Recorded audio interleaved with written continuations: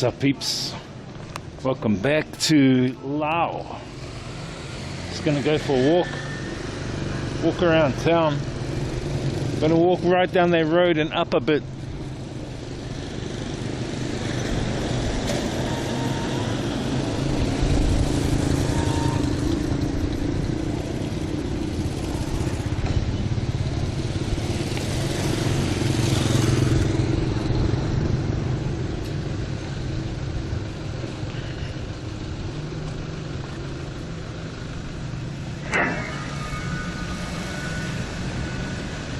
Sabaydi.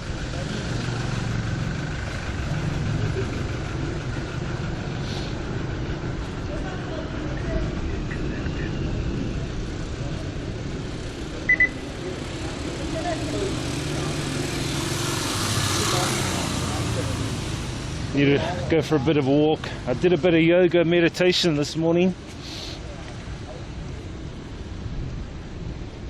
but it's good to get out and walk. Guys, there's a cold wind even though there's a hot sun. It's a really weird mix. Really weird mix.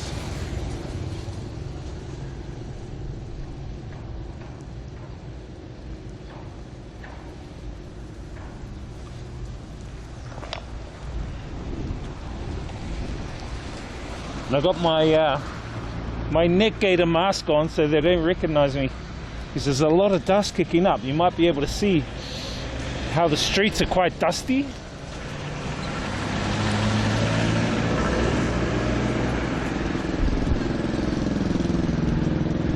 They can't recognize me, man, with my mask on.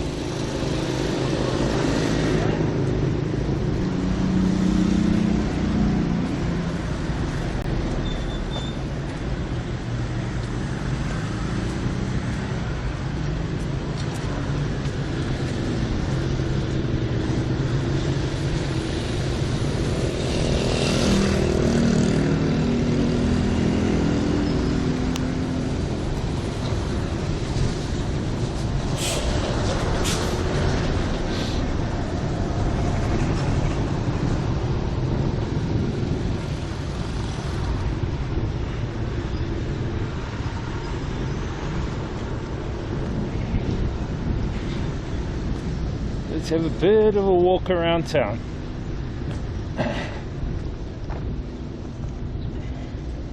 Still waiting for our visa, guys. They haven't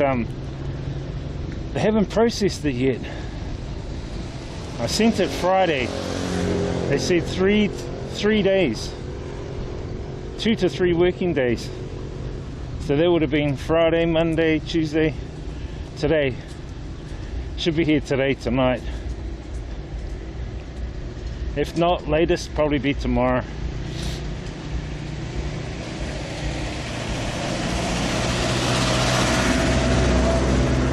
Otherwise, worst case scenario, we're going to have to stay here a little longer. We'll head to another town closer to the border.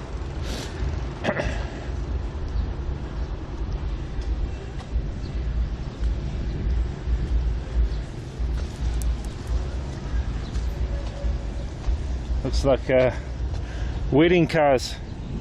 Looks like they're having their wedding in the street. Maybe it's today. Oh, there they are down there. Look, it is today.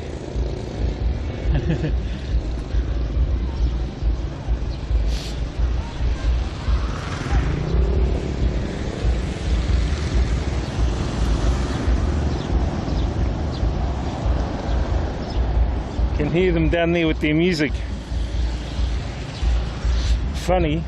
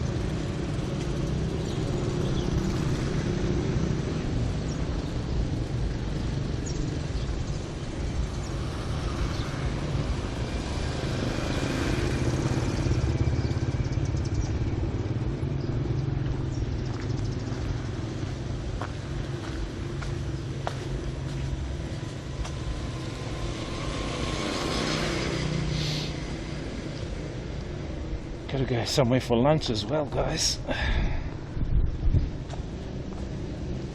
Just tighten my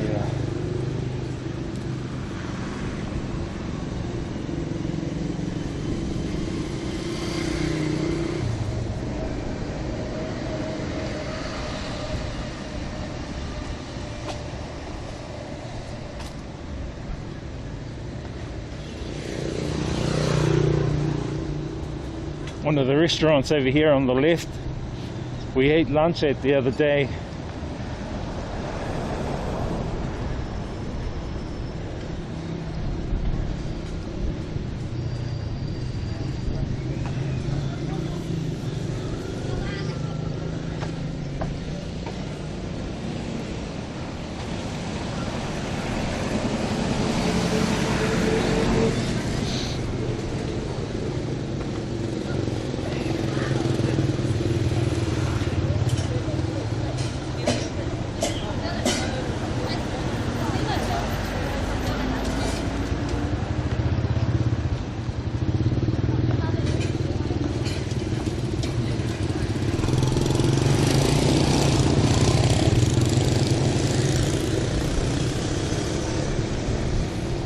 There's a cold wind in the city,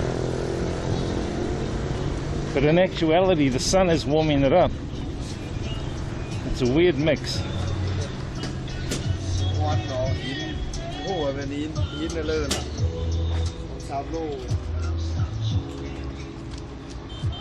Look at these kids, curious kids.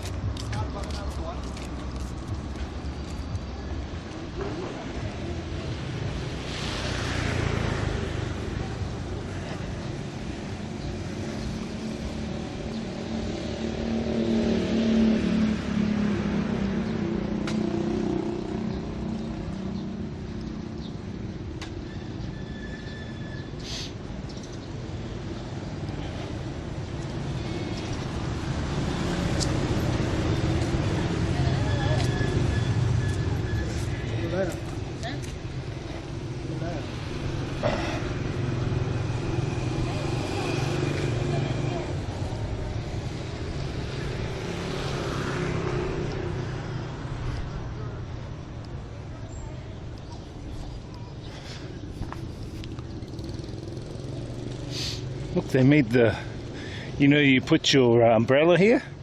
They concreted the beer crate. They put concrete into the beer crate. That's a good ingenuity.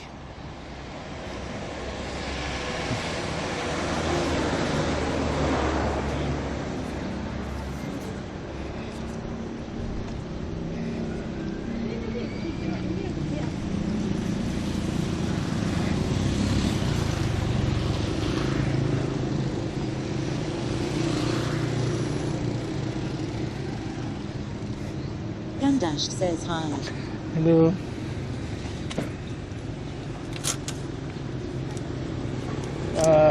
Chicken. What? Dash says, is it some Asian country? Yeah, I'm in Laos, bro. Dash says Vietnam. Nah, it's in the title. Look in the title.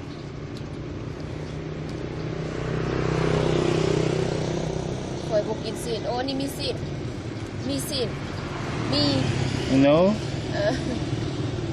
อันนี้มันมีซีนหมู These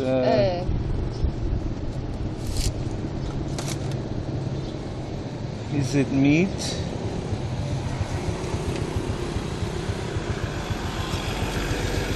มันแม่นซีนแม่น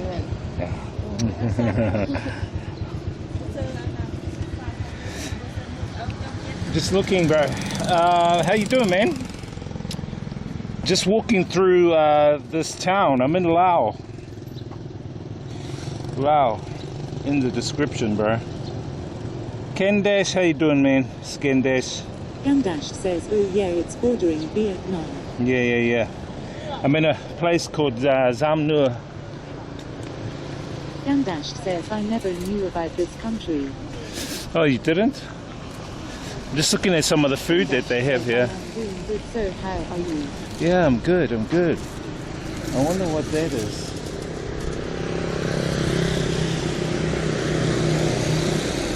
I want to buy maybe a bit of that just to try. Looks like cake.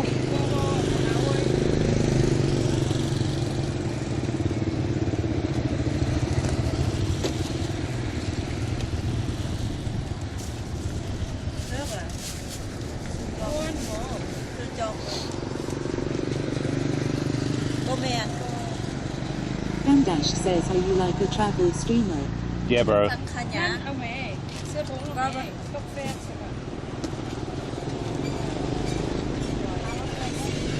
I can eat. What?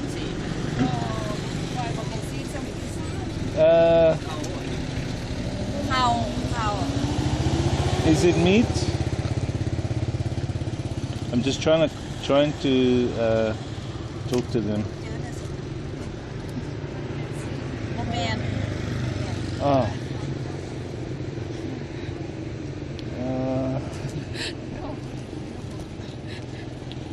So it's no meat. Okay.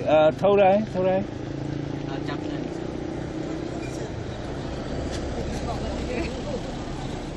Okay. We will try. I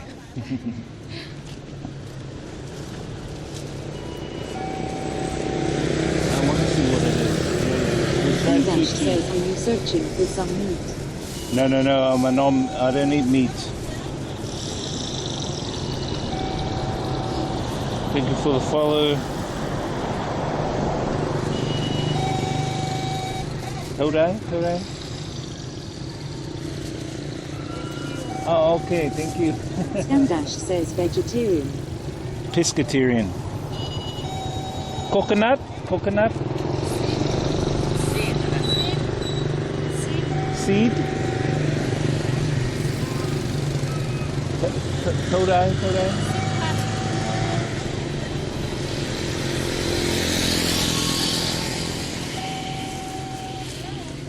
Todai?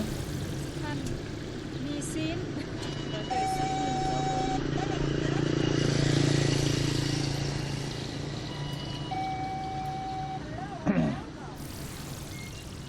10. I don't know what it is. Ham Dash says, oh, you like fish? Yeah, I'm a pescatarian. I'm wondering, it must be just rice.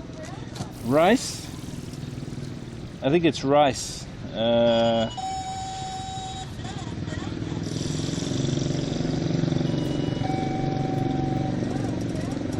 It's rice.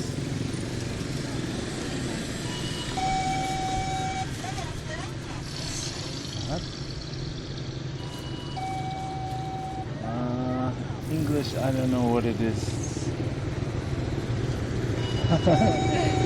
Coconut?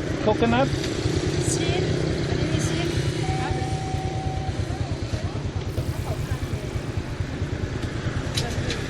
โอ้น้องซีนกับเจอซีนสามสิบสมบูรณ์มันมีซีนสมบูรณ์ Is coconut? อันซีนกับเนื้อก็ได้ซีนก็ได้ซีนกันมาตลอดพริกด้วยนะกันแล้ว Is pig? Pak. Chicken. Pak. เป็นไก่อันหมูอันนี้ซีนหมูพริก Pig. Pig. Here? What is it? เขา Pig? เข้ามันไลท์ It's a vegetable. ไลท์บู Vegetable. Yeah. It's vegetable. โลน่ากินสยันซีนเป็นซีน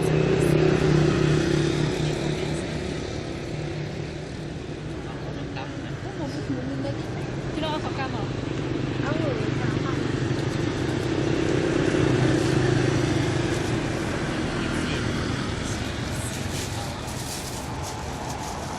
I'm trying to communicate with them. fruit. มันเป็นค่ะบอกดู Animal. เกิดว่ามีเจียวเพียงเขาขนาดไหนคะซัดโด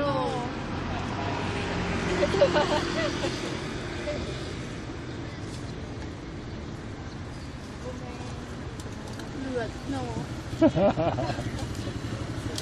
Picture. You have a.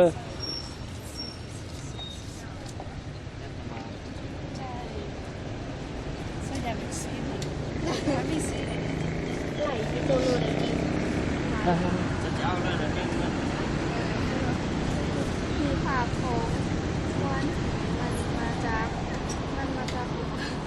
เขายู่หน้าเนอะหน้าเป็นโครงหน้า Is it a fruit? น้องใหม่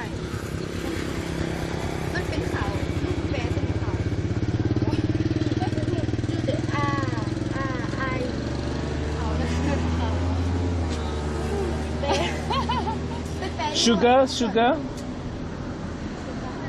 มันเนี่ยถูกไหมบอกตาแบบเป็นไหล Sugar. ตามโนมึงไปได้ทั้งคู่แล้วมันเป็นที่เห็นถูกไหม I want to know what it is ไหลอะไร before I eat it. ไหลแบบ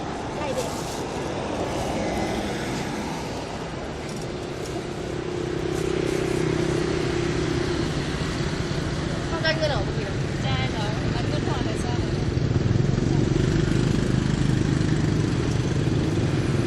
เพื่อนละค่ะเหรอโอ้ถอนไปแล้วเพื่อนไม่ได้แล้ว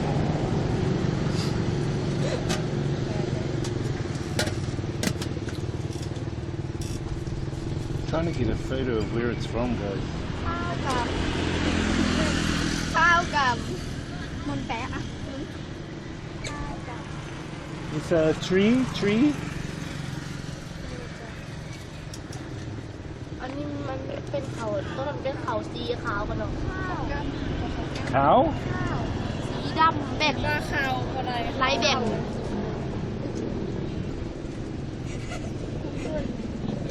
It's a cow. Same. Is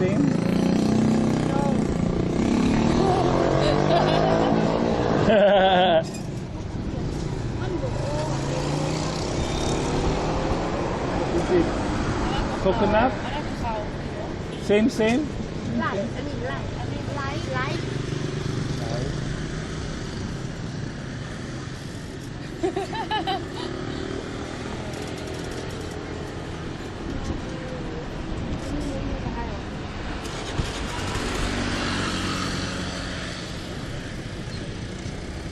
It's rice.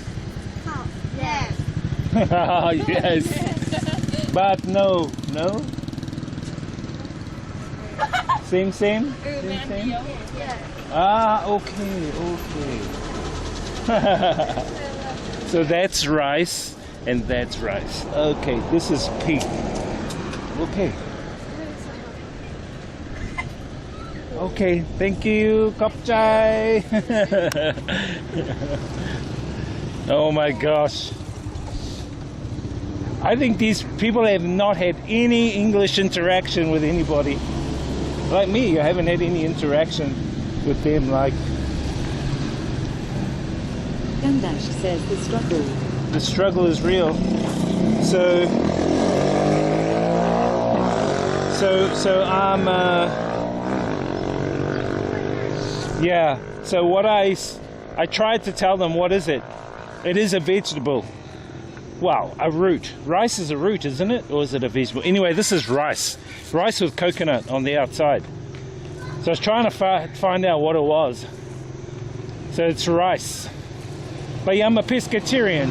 Pescatarian is a vegetarian who eats seafood. Pescatarian is a vegetarian who eats seafood. Welcome. Let's try one with the coconut.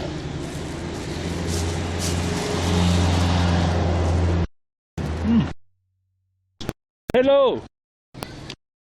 It tastes the rice you bought. Buddy.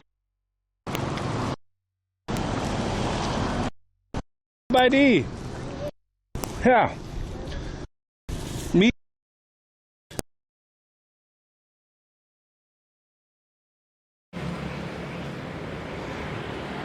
What's up, people? We are back into. It's not nice. 10 cents a piece. It's rice, coconut and rice. Lagging? I don't know why that is. Maybe we're getting in a bad area. Let me check.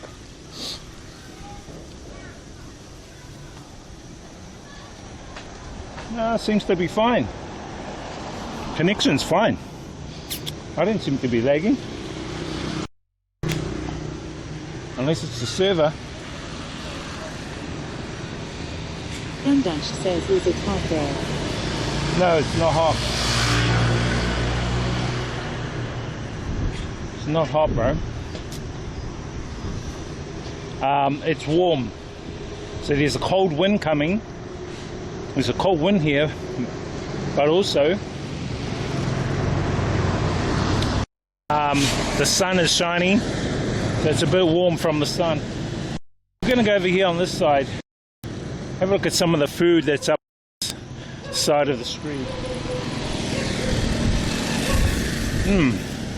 That rice thing was quite nice. I gave the boy one. I gave that boy back there one, and I had one. Let me know if the connection disconnects. Just type F, then I'll know. Oh, see that butterfly? Look at that butterfly. Look what color. Says that. Oh. Are you for real?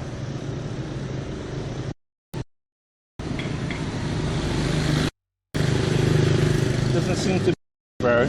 No, if the connection goes.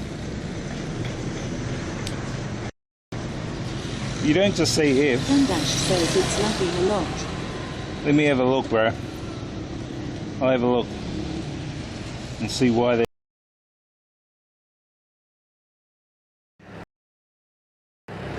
This time we are on Phu Quoc Island. Phu Quoc Island.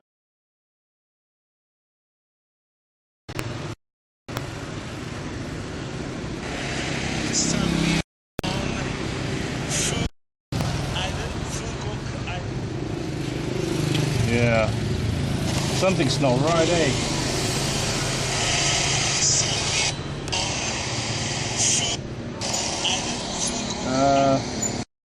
Let me have a look as to why this is. Could be connection on my part. If it's not a connection on my part, then it's gonna be. Then it's got to be the server.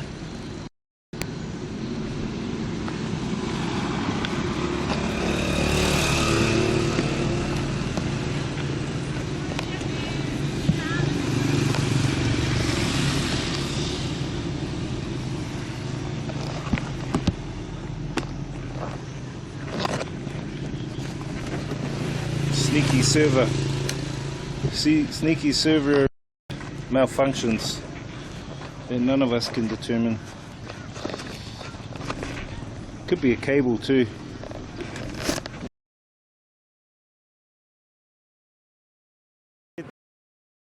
That correctly, and man, it's about 30 degrees.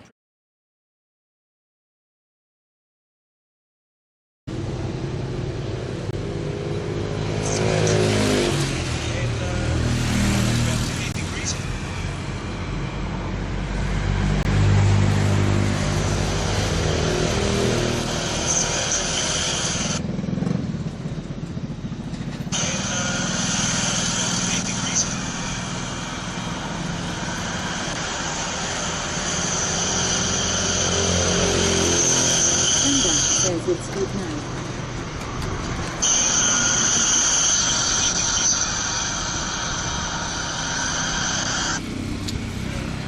Oh know, it could be my cable or something, man, I don't know.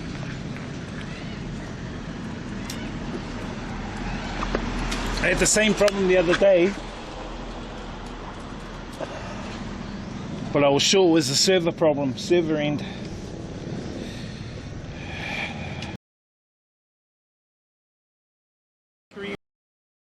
Right here, all the bakery bits and pieces.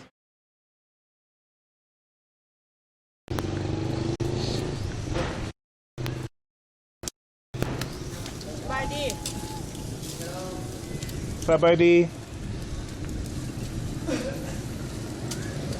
barbecue.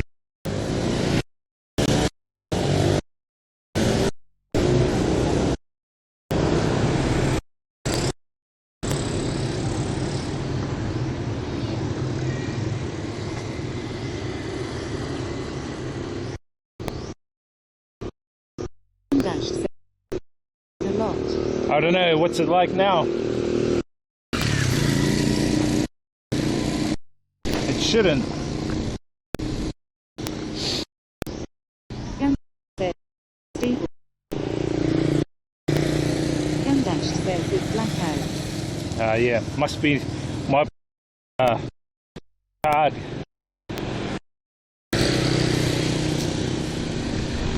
Capture card. Gonna have to somewhere in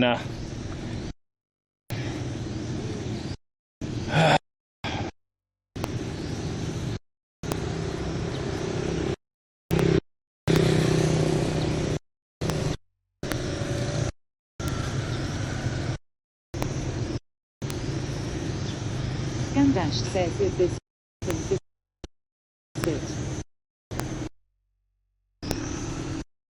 it. It was a server end problem. And what's happening? It's blacking out. Need to get a table or something. It's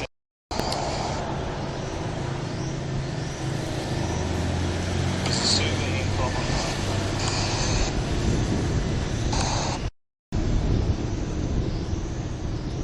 Let me try something. Let me try something. Gam Dash says okay, it stops when you don't move. Aha. So it's a cable. Must be a cable. Might be the cable going into the camera. I need to find somewhere. Gam Dash says cable, yes.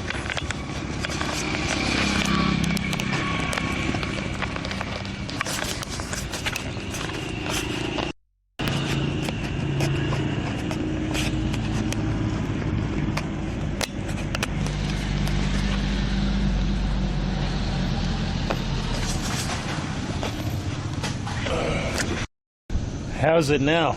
Is it still doing the Gam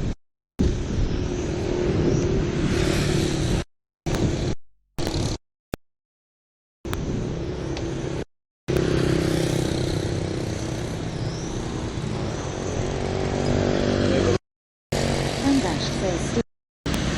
okay. It's either the cable or in my backpack the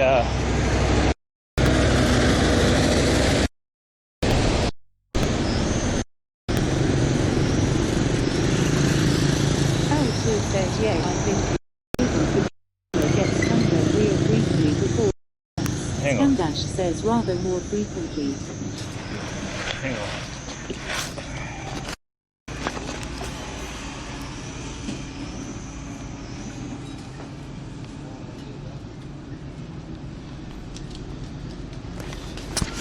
It's probably in the box.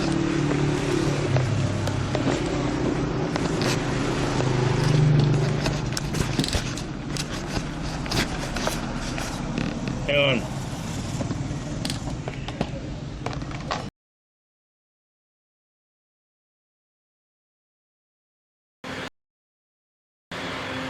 A lot of foreigners here I see on this island.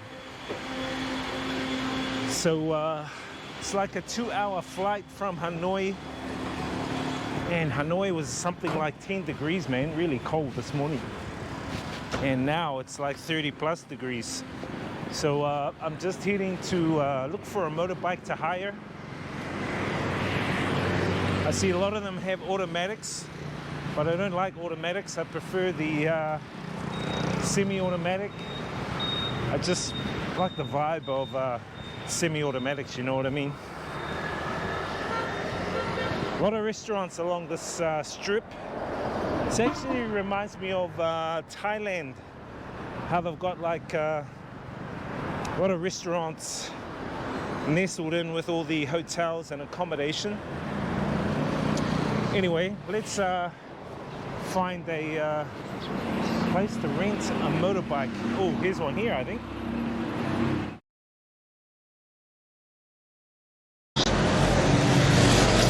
Anyway, let's find a place to rent a motorbike. Oh, here's one here, I think.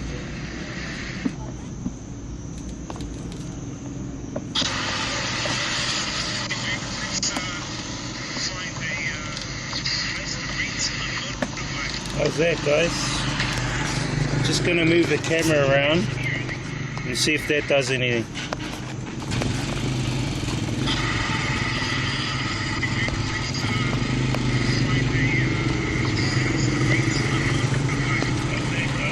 Contact says it's good now. Oh, please say seems better so far.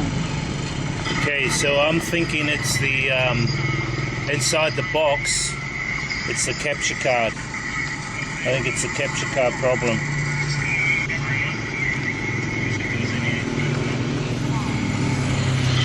Hang on a second. Inside the box, it's the capture card. I think it's a capture card problem.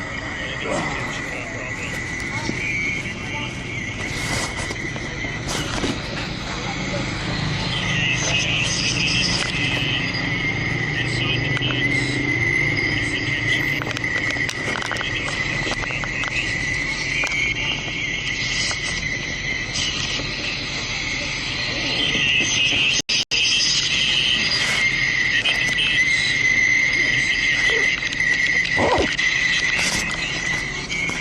So it's only when I walk, right?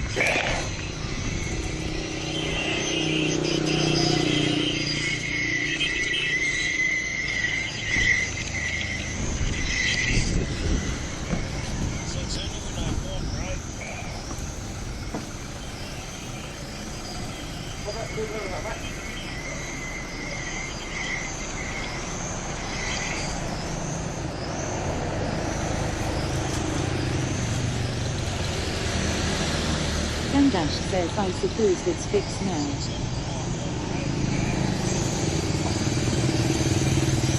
Might be my capture card.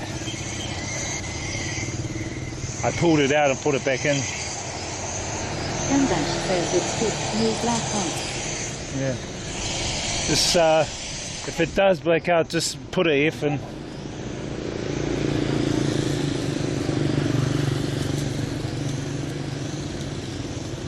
Weird. Thanks. Oh, look, there's some old computers in here. An old computer shop.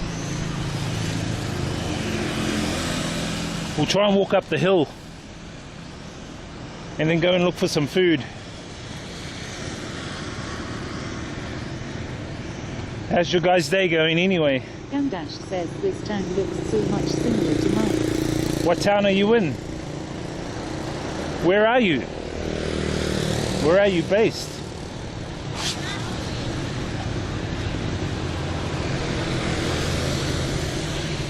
Dash says India. Ah, India.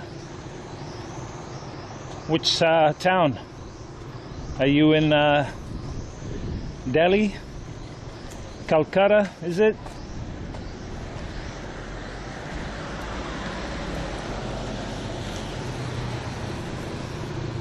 It's a quiet town though. This one's a really quiet town.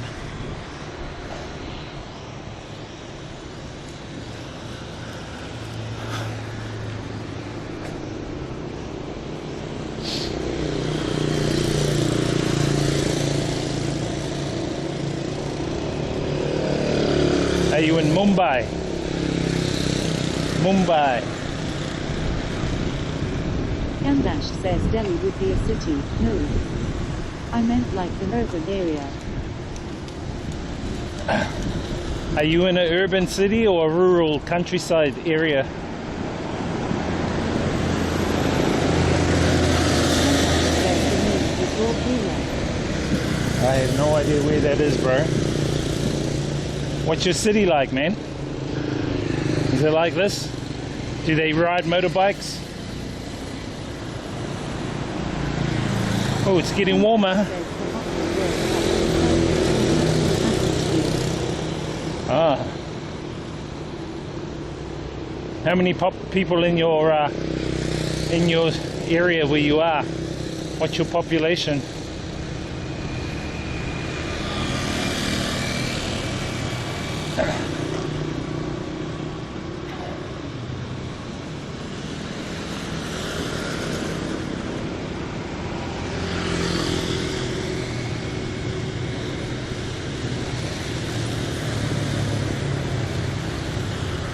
They like selling these small little bottles here, these Tiger Head water bottles. They're small. I've got a couple in my backpack. Gandash says somewhere around 500k. Oh, that's not bad. Nice small little city, isn't it? Gandash says, and yes, it's very humid here and hot. This is Nana. Sabaidi.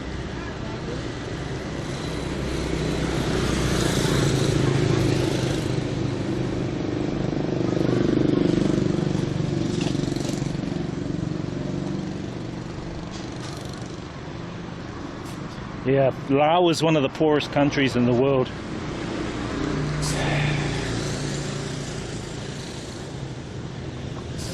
Gandash says, are you from Australia? From New Zealand.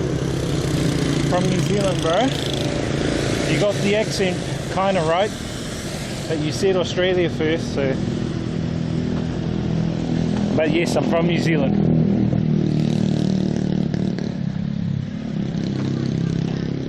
Gandash says, lovely accent. Thank you. Can you understand my English? What do you think of the New Zealand accent?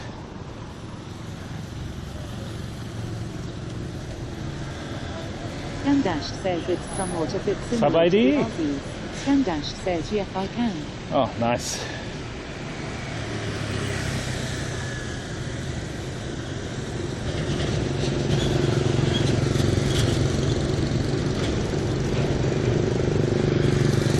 A lot of shops here. Lots of little shops along this way. Let's find a restaurant. Some street food. I can't find any street food. Or banh mi. Banh mi is like the baguette sandwich. The one you can get from Vietnam. Gandash says that has been to New Zealand for internship. Oh, whereabouts? Which city?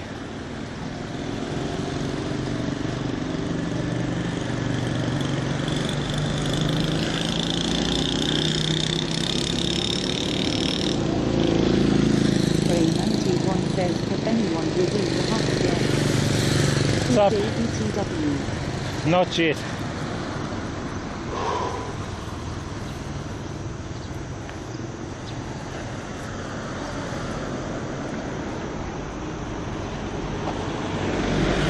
How you doing, X-Spray?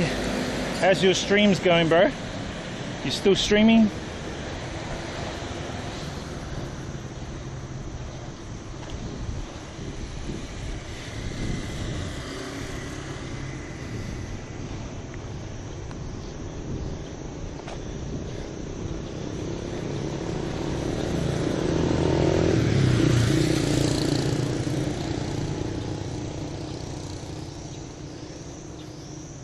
And how long were you in New Zealand for?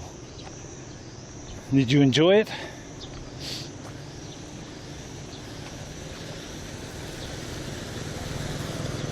Stray 91 says still do but not consistent. I'm trying to stream every day, but when you haven't got a motorbike, it's a bit difficult. Just have to walk around the small towns and explore. Hey, look, someone's hung their shirts up here. What the heck? Bro, Singapore's got lots of content, bro. You should be streaming that shiz every day.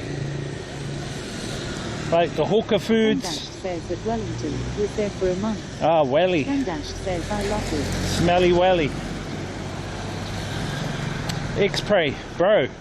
Go to those hawker food places, bro. Food is a good content, bro.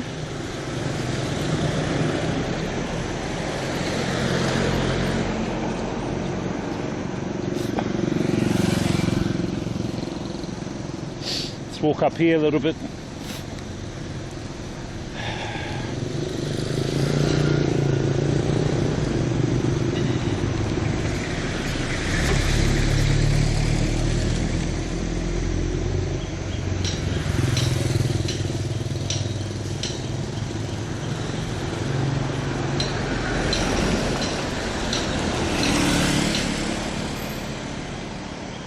Stray 91 says I know Singapore is a food heaven, but very pricey as well really. Dash says what is your good and bad experience so far in this country? The good experience is I met a lot of other tourists and some very friendly locals who have been very helpful. I think the bad experience is I've come across a lot of scammers, people who charge 10 times the original price that they would of a local. I think that's the terrible experiences here. I guess you can have that in every country or any country. You will get those experiences. So my thing is, just be wary. No matter what country you're in, you're going to get scammers. Whether it's New Zealand, whether it's Thailand, whether it's America, whether it's England. You just have to have your wits about you. And I would also recommend to research beforehand the cost of things or the process on getting a product. Example, if you want to get a bus ticket from, say, Vientiane, the capital of Laos, to Vientiane, check online at the price. Check online how much it actually is. We'll walk down here, then we'll walk on the other side back. That would be my recommendations.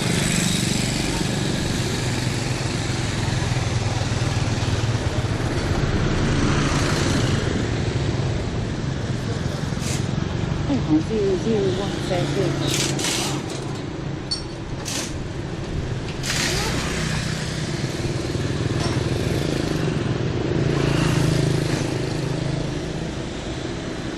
Dash says like have you saved up a lot of money and decided to travel?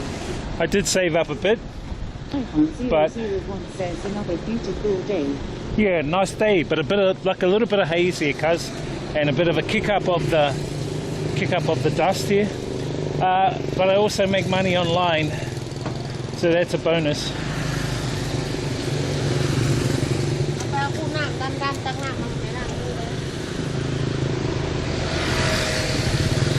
So I make some money online doing different things, some businesses back in New Zealand, plus savings as a backup,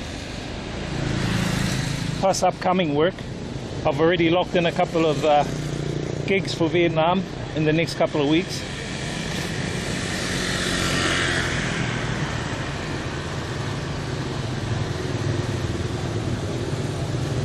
But as I said before, if you want to go to a place, so what's your next destination after this? so if you guys want to travel, I recommend either save up or convert your work to online. If you work online, like remote worker, you can travel, right, and make your money online. Next destination after this is back to Vietnam, back to Hanoi. And then from Hanoi, I haven't decided. I could be going anywhere. I could be going to Japan, back to New Zealand, India, I want to go to India, Pakistan, Nepal, Bangladesh, Sri Lanka. It's kind of me gravitating towards that. Let's go up into this temple here.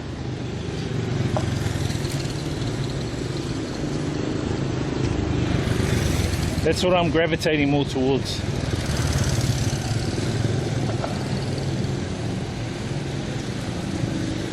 But if things turn to be a little bit more custard back in New Zealand, I might head back.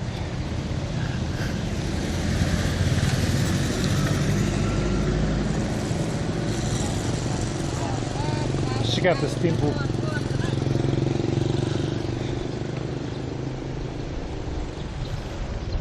001 says Sri Lanka, Bangladesh, India 8 would be awesome. Pakistan. Apparently Pakistan's real cheap. I think if you're an extreme traveler, you'd go to places like Pakistan and India.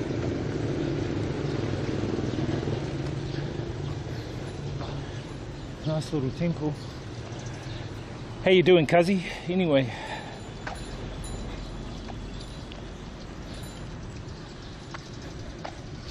The tree of life.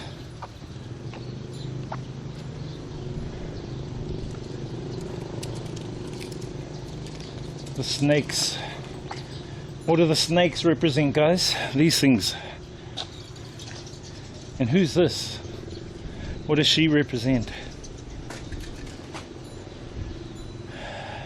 Are they demons? 001 says good cruise just finished, mowing my lawns in this extreme heat. Scandash says it's more like a dragon, I guess. Yeah. The heat in New Zealand is probably similar to here, cause it's picked up a little, but we have cold wind here. We've got a cold wind going through the town, but the heat in some areas is quite penetrating. Let's have a walk around, meet some of the monks. Sabadi.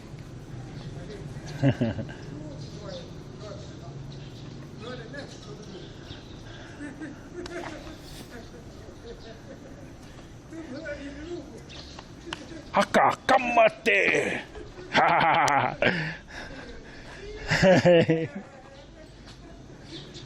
Cup chai.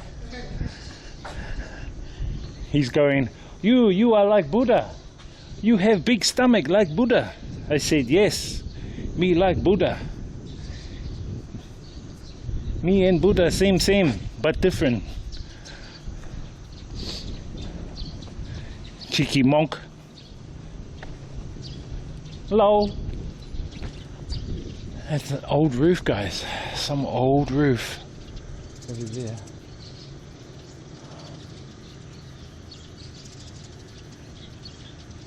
If that old skinny monk and me never had any food, who do you think will last? Who do you think will live longer? Maybe he might, but he's quite skinny. Scandash says the architecture is quite nice. Yeah, the architecture's not bad, eh? And they're drying some stuff over here, guys. Let's go under over here and have a bit of a sit down and a bit of a chat. What is that? Looks like rice. Oh, it is rice. Some kind of rice. Let's come over here. Have a bit of a chat. Let's have a chit chat.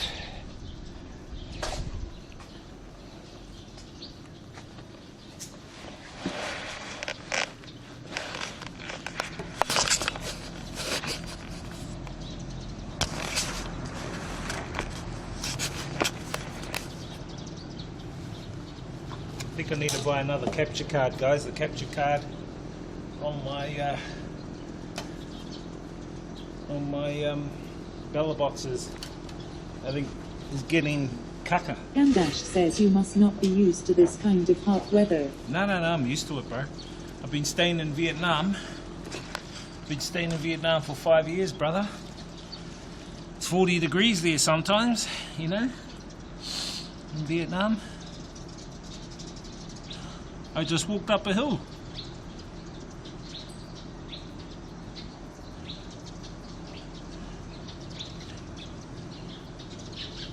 So yeah, we're in Laos, Xam Nuea. So what's on your mind, guys? What is on your mind lately? That's the description. That's the topic description. What is on your mind? So it's 28 degrees. Does it say 28? Yeah, it's 28. Fuck, is it actually 28? Let me actually check. I see it's 24. 26. 26. Oh, yeah. So it is roughly 28 degrees. What is on your mind, guys? Let me know. Xam Nuea says titties. Titty bitties. Oh. What's up, man?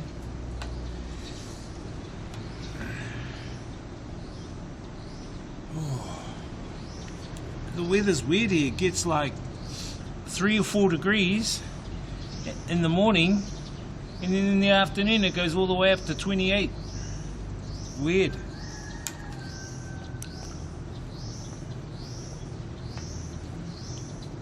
Mind you, the room's not that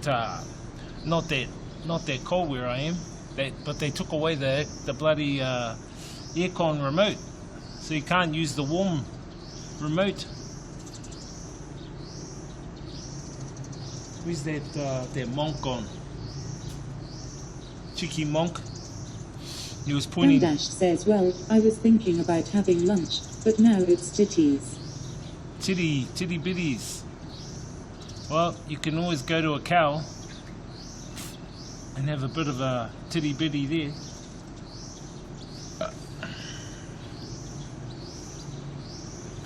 You fellas must be thinking of Shibuya Kaho, eh? The streamer Shibuya. Her and her melons.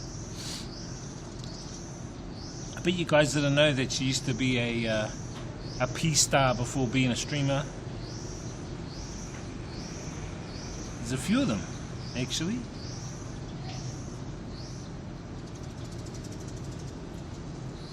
This flying Kiwi guy.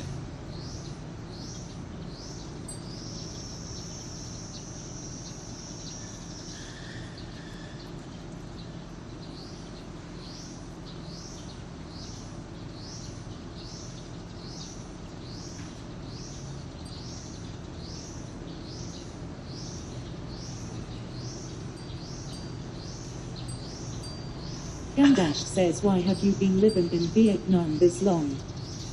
Do you like it there, or maybe you have a job there? Yeah, I work there. Been teaching English and DJing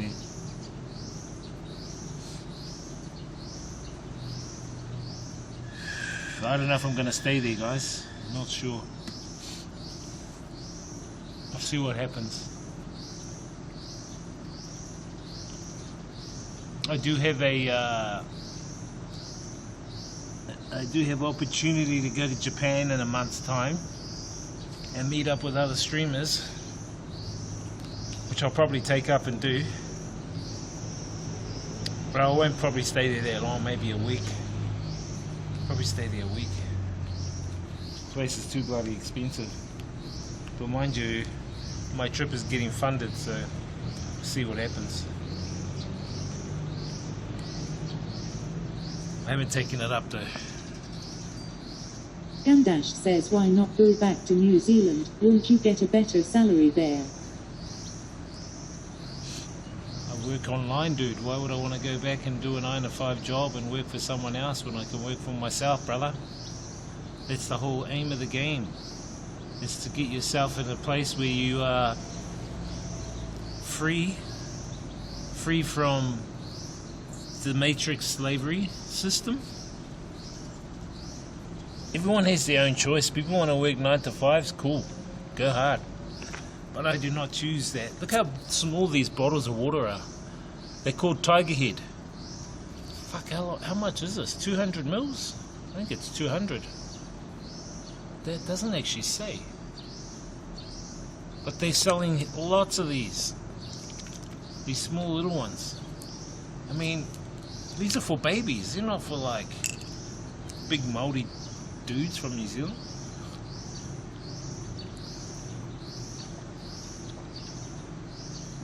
It's like taking one sip. So you know, I choose not to. Dash says we have those 2D. Yeah. No, I choose not to go back to New Zealand to work because I'm more happy traveling on the road and working online. I've got a couple of other businesses back there, so I don't need to be back there at this time. The only reason why I would go back there is for the safety of my family, due to you know, the flooding and some of the weather, extreme weather that's going on back there. If it gets worse.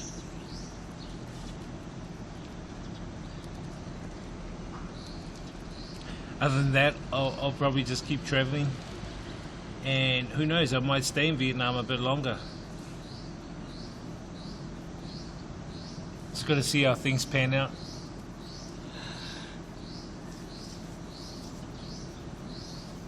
Dash says, have you explored all of the tourist places in New Zealand? Everywhere. I've been everywhere in New Zealand except one place, which I'll go to when I get back there. But everywhere else in New Zealand I've been, except for this place.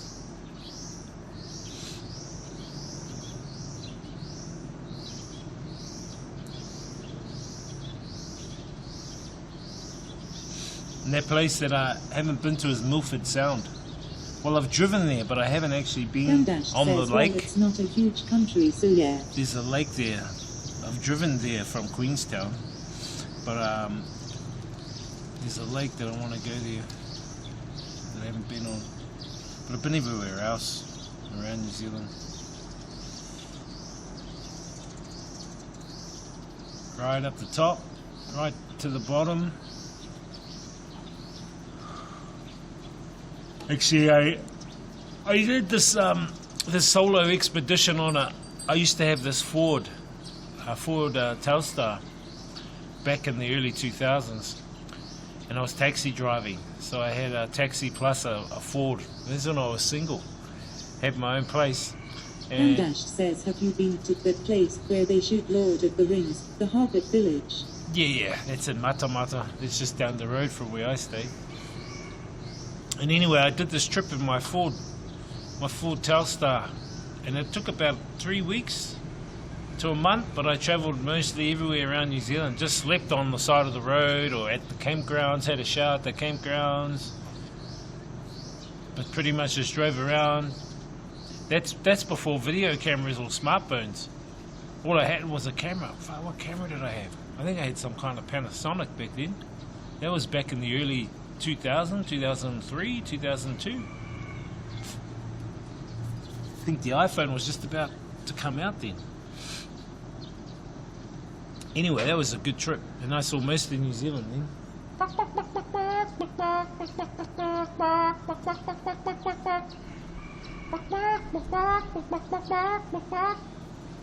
Two chickens over there.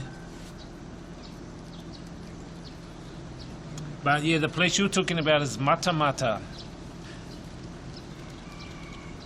But to be honest, most of New Zealand looks like that. All you got to do is just put a door on a hill and that looks like Hopperton.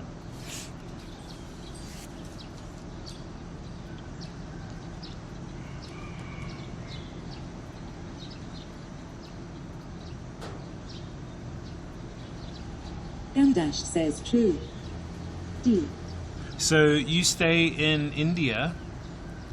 Your population where you are is 500,000. What's the name of your city again? Dash says it's a really beautiful country. Yeah, it's not bad, brother.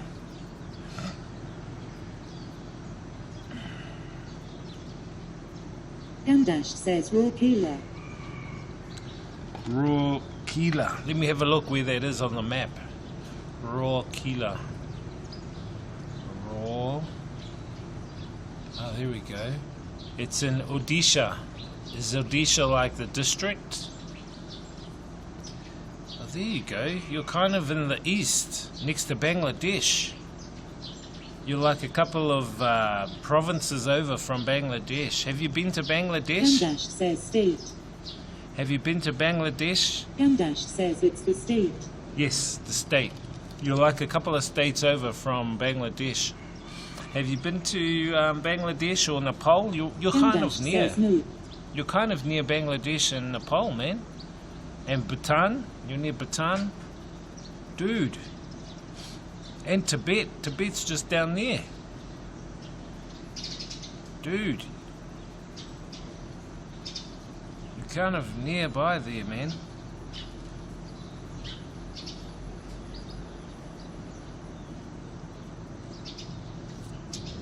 So we ain't got so long to go, guys. Just, how many Ks is it to Hanoi? Hanoi is about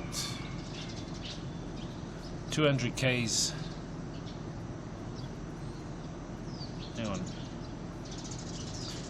Sorry, Kamdash 340. says, well, if I would get a chance, I would travel to the first world countries. It's expensive though, bro. Expensive going to the first world countries.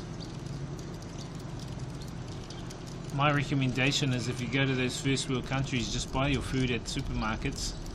Cook your foods if you can. Otherwise, yeah, if you want to try some of their foods, you're going to be paying an arm and a leg, brother. The food I eat here in Asia is probably 10 times the cost back in the Western countries. See that when I buy pad thai here in Thailand, pad thai is not too bad, about 40 baht, Kamdash which says is he plans $2. to travel Europe. which is $2. But back in New Zealand, if you go to Otahu food court, you get the pad thai there, it's about 15 bucks. So you're paying virtually, how many times is that? 7 times. Do you plan to travel? I've already been to Europe. The countries I've been to in Europe are Greece, Italy, Germany, Switzerland, France. Where else have we been to there? Monte Carlo, Spain. Says if I get the chance, I would love to visit the third world countries. Spain. Skandash says wild. Spain, London, England, Wales. Where else in Europe have we been to? Let me have a look at that map. Oh, Czech Republic. So I've been to around 10, 12 of the countries there. But I do want to go back to Europe. I want to go check out Romania, Austria, Poland, Lithuania, Latvia, Estonia, maybe even Ukraine, Denmark, Netherlands, Belgium, and Ireland, Norway, Sweden, Finland. Those are countries I haven't been to, and maybe even Russia. If I get the chance, I would love to visit the third world countries. Well, aren't you visiting like Malaysia? Not Malaysia. Aren't you going to visit like Laos or India? You should visit some of them, or Africa. There's a lot of countries, guys, to visit.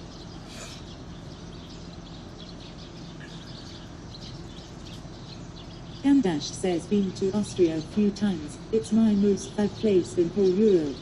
Austria, yeah. A lot of people like Austria. Is it Hungary?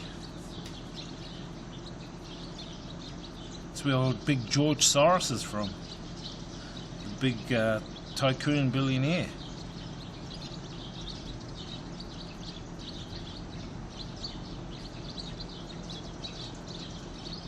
Well, Hungary's a country, sorry. That's Budapest. That's what I'm talking about. No, Austria is Vienna. I was talking Vienna. Have you been to Vienna?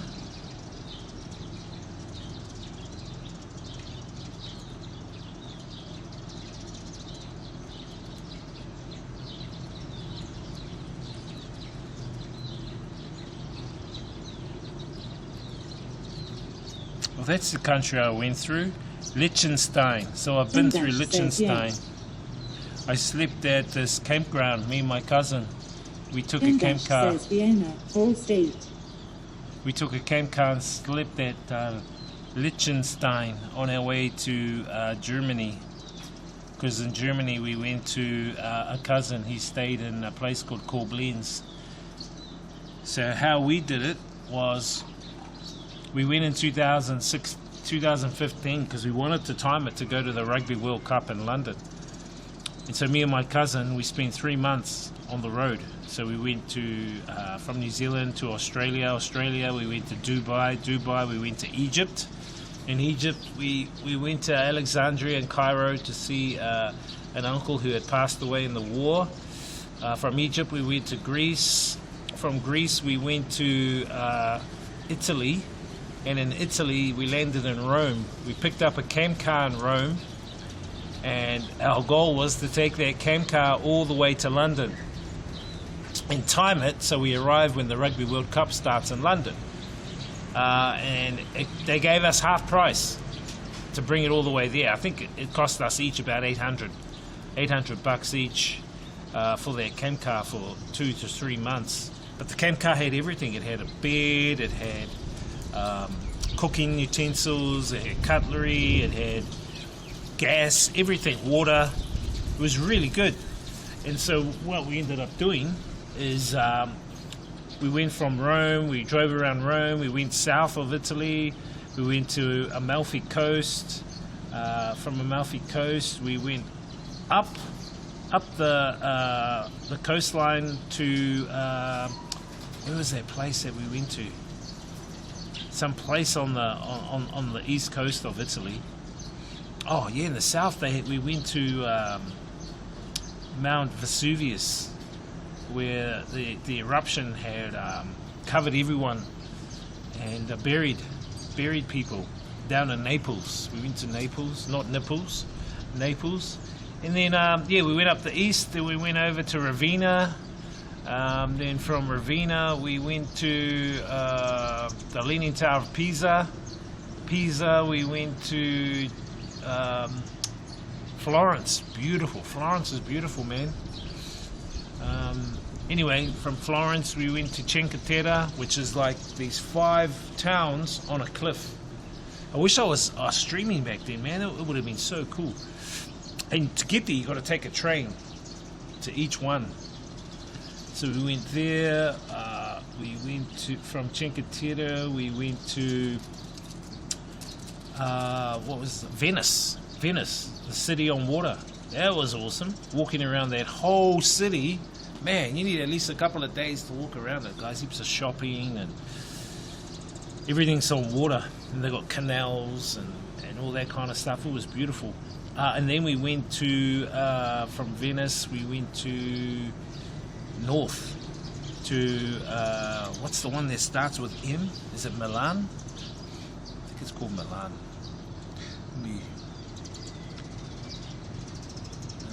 Been to Austria a few times. It's my most favorite place. Vienna. Yeah, Vienna's not bad. Anyway, let me tell the story of my travel. So in Italy, we went to, what's the place? From Venice, we went to Milan. That's it, Milan. Then from Milan, we went up through Liechtenstein. Just a small, because all the borders are open, guys, in Europe. So you don't need to stop. You don't need to, like, have a border check or anything. There's nothing. They've just got the border there and the posts there, but you just drive straight through. And then from Liechtenstein, we went to Lake Como in Italy, and we stayed there with a friend. Lake Como, guys, beautiful lake. It's just before Liechtenstein, just north of Milan. Lake Como is one of the most beautiful lakes I've ever been to. Then from there we went through Liechtenstein and went up to Germany to Koblenz, Heidelberg. We didn't spend much time there, maybe just a week. Then we went south into Switzerland. We had another friend in Switzerland in a place called Neuchâtel. And and he lived next to this medieval town, man. And the medieval town was awesome. It had this, what do you call it? It was surrounded in this massive, like,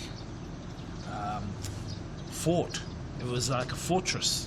This medieval town was in a massive fortress, and in the middle of the town they had all these water springs, and they had fountains, and the locals would just go to the fountains with their bottles, drink the water straight, because there was a spring underneath it. But it was magnificent, man. And he stayed there at a place called Neuchâtel, and his parents stayed up in the mountains of Switzerland. Anyway, we drove up the mountain to the snow. We saw these foxes and that, and then they made us fondue, which is cheese, and raclette. Raclette is one of their main foods. That was awesome. Because the year before, he came to New Zealand and I made him a hangi. I made him a hangi on the farm, and he loved it.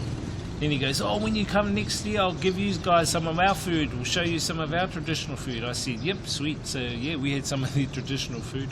They love cheese. Cheese is a big thing. Anyway, from Switzerland, we went down to, back into Italy. And then we headed to Monte Carlo. It's just a small city for the rich, man. I don't really like it. They call it Monaco or Monte Carlo. And then from there, went to Spain, to Barcelona.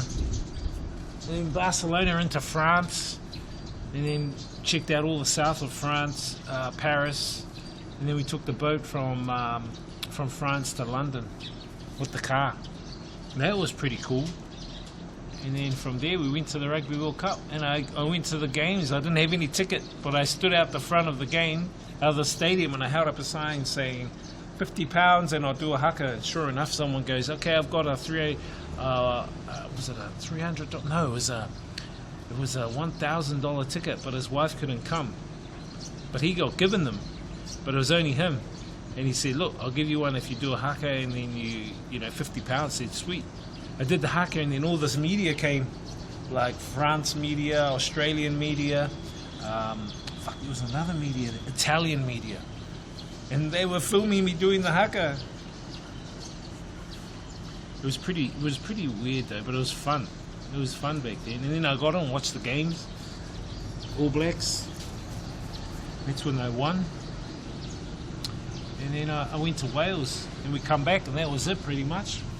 We stopped back in Dubai, and then yeah, that was a really long trip to Europe. But you need at least a good few years to do Europe if you're gonna stay there for like a week or 2 weeks in a country.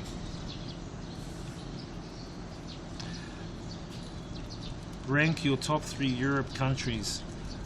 I would say it would have to be on food, right? Food. It would have to be on people connection, and I think the third would have to be on the nature vibes of that country, right? So if I were to, mix all those 3, food, the people, the nature vibes, I would rank, for me,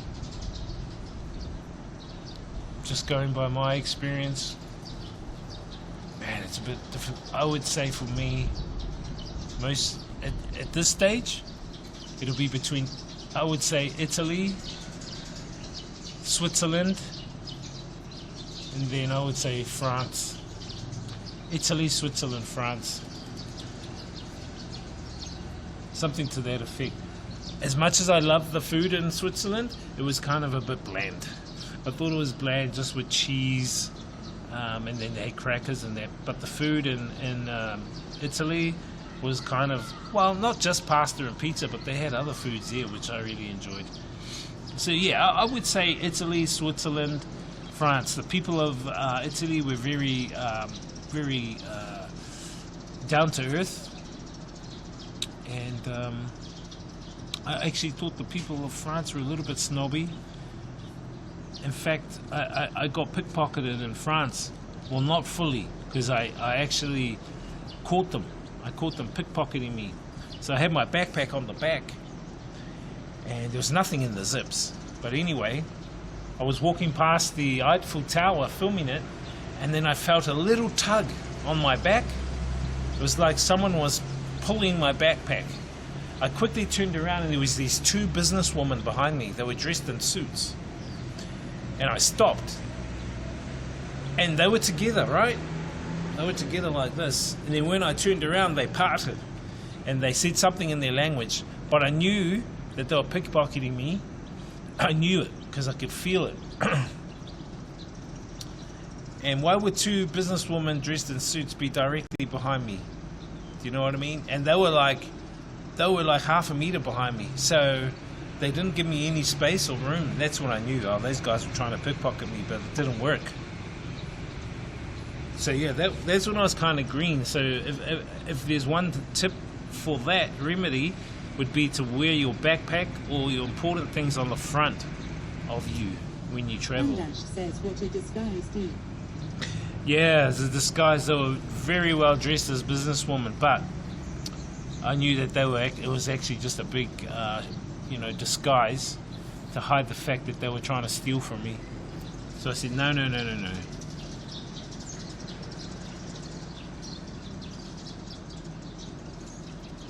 And there's a lot of pickpocketing in Europe, especially on subways.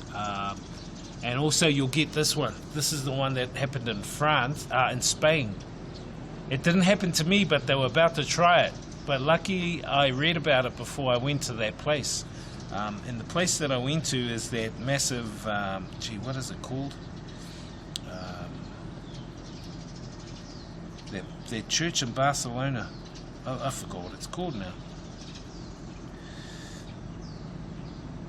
Let me Google it. Let me search it, I should say.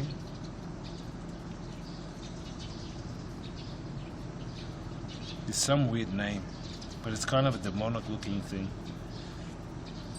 That's what it is. La Sagrada Familia. So I was at the La Sagrada Familia, which is that massive church. People think it's a work of art, but man, it's kind of looks really demonic to me. It's Antoni Gaudi's church, and it's unfinished. When I was there, they were still working on it. But anyway, what happened was, I would be at the church taking photos right out the front, and then these girls would come up. Two girls would come up. One came to me, one came to my cousin. Anyway, the girl came to me, right? And she has a clipboard. And if you have your purse or your bag or your wallet on the front of you, what they'll do is they'll show you the clipboard so that it blocks out you seeing your wallet or your bag. While you're looking at the clipboard, they're underneath the clipboard pickpocketing out money, watches, whatever expensive things you've got in your bag or your wallets from the front. So they put the clipboard here, this hand's down in your bag or whatever, and they're trying to talk to you at the same time to get your attention, to persuade you into signing this clipboard, donations for the homeless or whatever it is.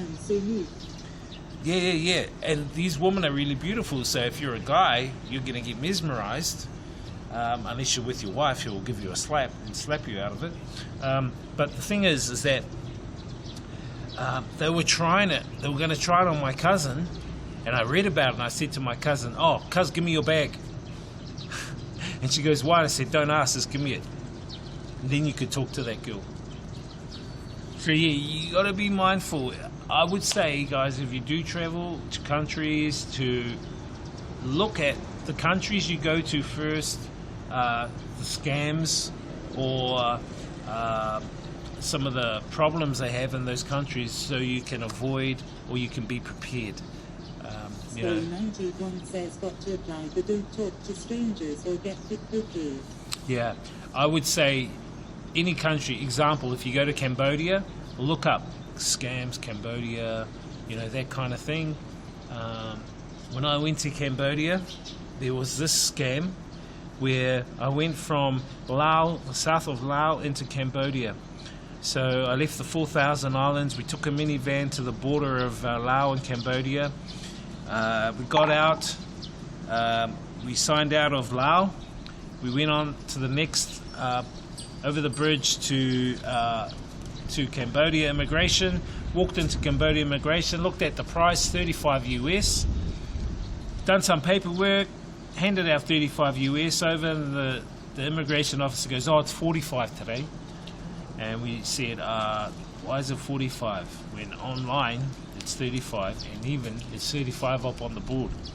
And they go, "Oh, because it's special day, 45." I said, "No, it's all right. We pay 35."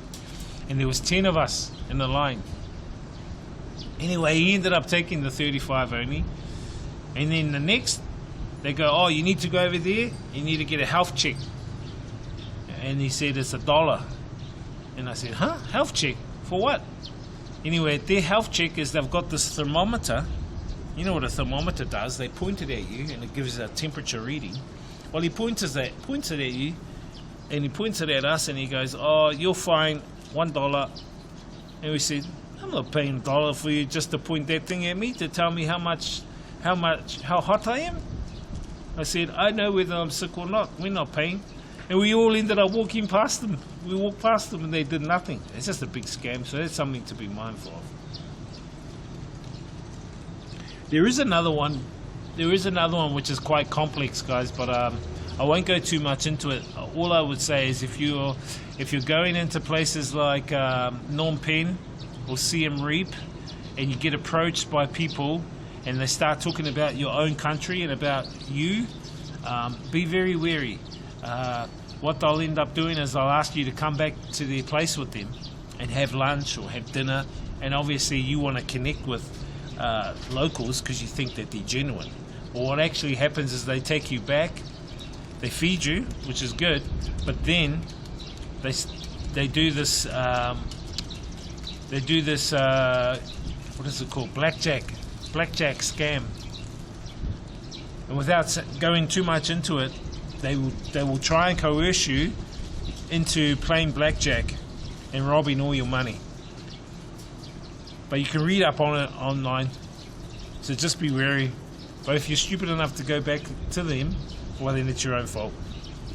But just be wary of things like that wherever you are. And every country has them. We live in a capitalist system that reeks artificial scarcity and competition, and those are just some of the factors and elements of the system which protrudes down into the masses and the people who are trying to make ends meet, who are trying to survive in the system. So it is what it is.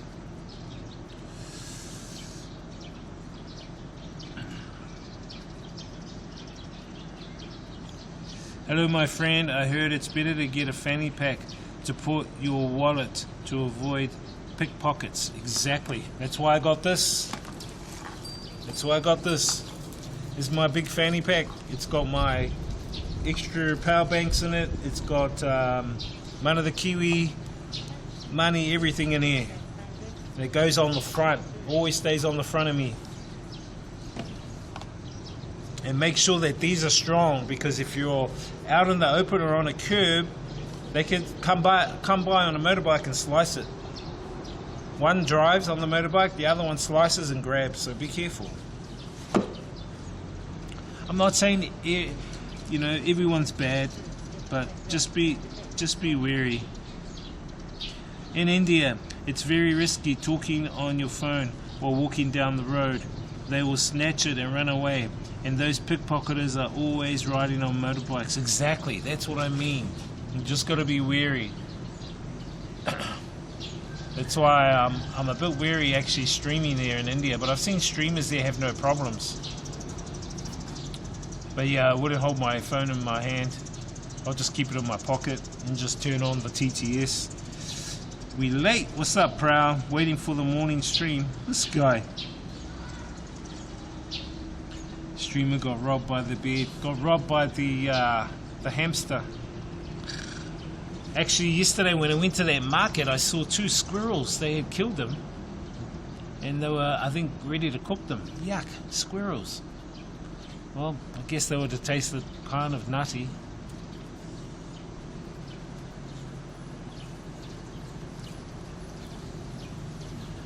The life of a monk, guys.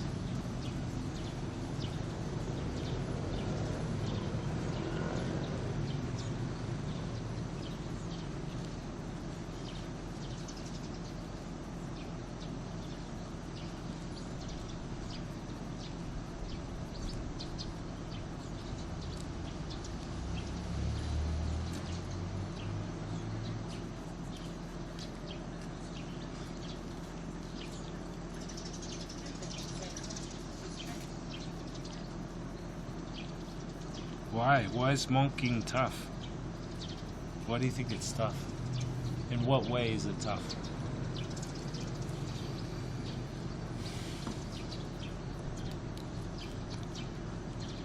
He's in a storeroom, looking around a storeroom. He probably thinks I took something from a storeroom.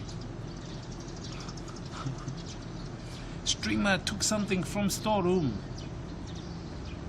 Streamer! I think we might go back down to that restaurant that we got fried rice from the other day. We might go back down there. Go have some afternoon dinner. Oh, I was thinking, aren't they like the Chinese ones? Like the Shaolin monks, where you learn martial arts, you learn meditation, sparring.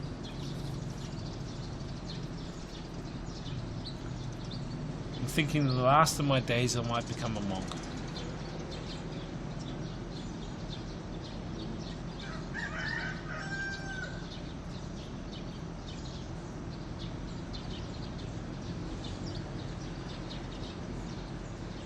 But some of them could be boring, but don't they like sweep the ground, sweep the floor, you know?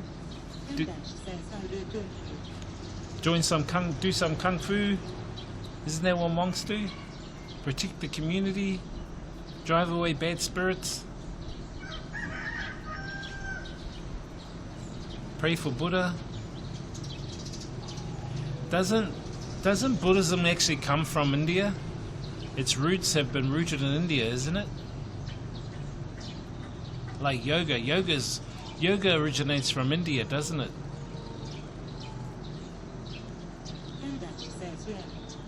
Hinduism, that's the main one, eh? Hinduism. Yoga.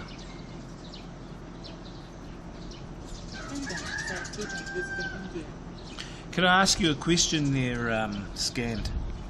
Do the Hindus and that believe in a kind of antichrist?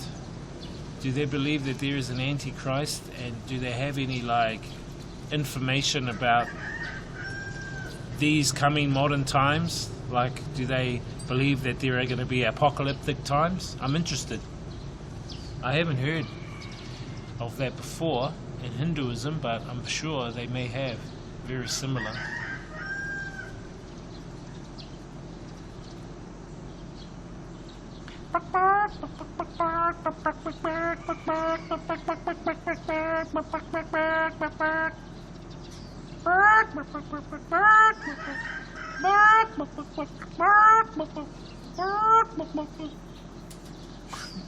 Chicken those chickens. Are you Hindu, by the way, Scandash?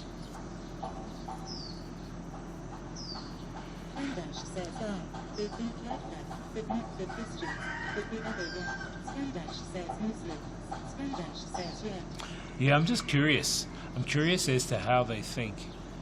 If there's like some antichrist, and you know, I don't despise any religion at all. They all promote love, and that's the best thing out of it all. That's the best thing, you know, is that they promote love, peace, harmony, one with the Creator, or one with Buddha, one with Allah.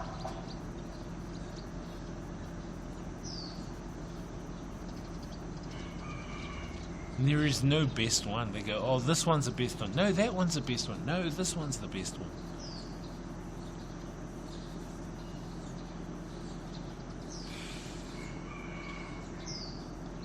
I think we'll walk back, guys, and we'll go to that restaurant, go grab some food. Go grab something to eat. Yes, I'm not religious, but I am very spiritual. I am spiritual. Right. Do they still have in India where the parents choose who their daughter will marry? So, arranged marriages. Do they still have arranged marriages? Or pre-arranged marriages? They used to have it in New Zealand, in our Māori culture. In our Māori culture, they used to do the same. Before colonialisation and the English came, Māori, who are the indigenous people of New Zealand, also used to have pre-arranged marriages within the tribe.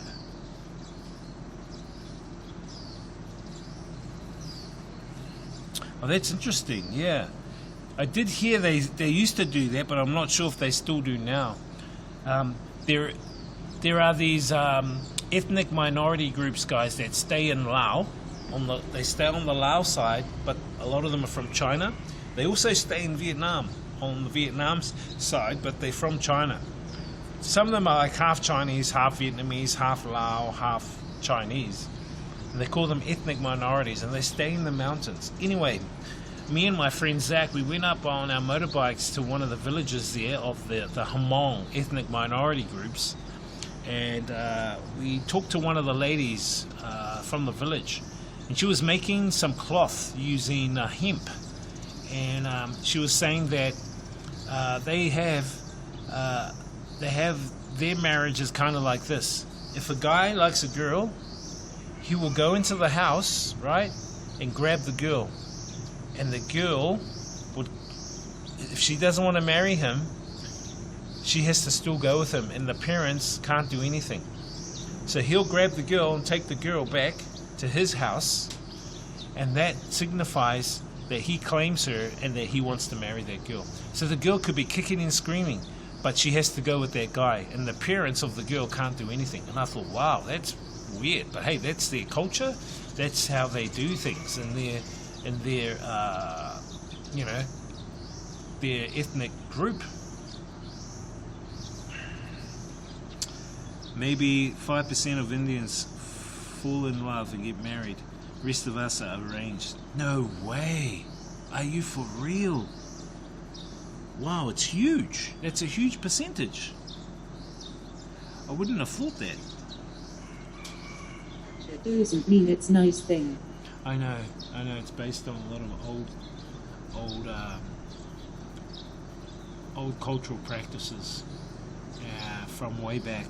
But yeah, so what happens is, if I like this girl, and I thought she was beautiful, and I wanted to be my wife, I wanted to have my children, I'll go into the house, and I'll grab the girl, and I'll tell her to come with me. You don't even have to tell her, you just grab her. Jamdash says, isn't that kidnapping? It is. You're basically kidnapping her, and then you take her with you back to your house.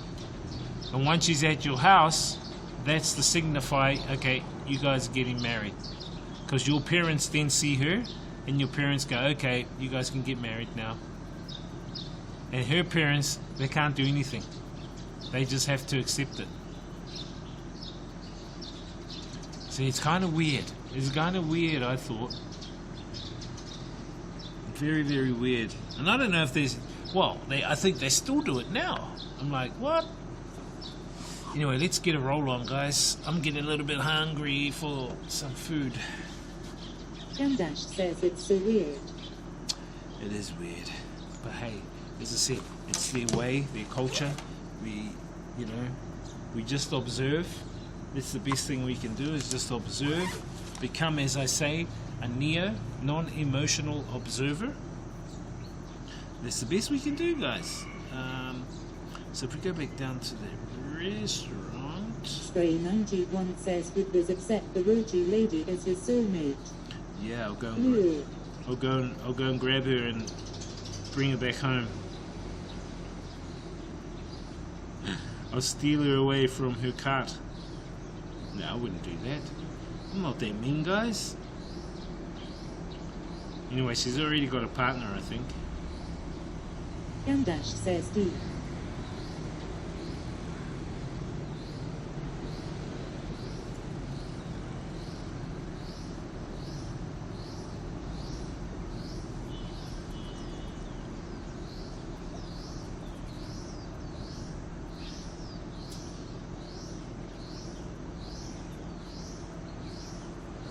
What was that?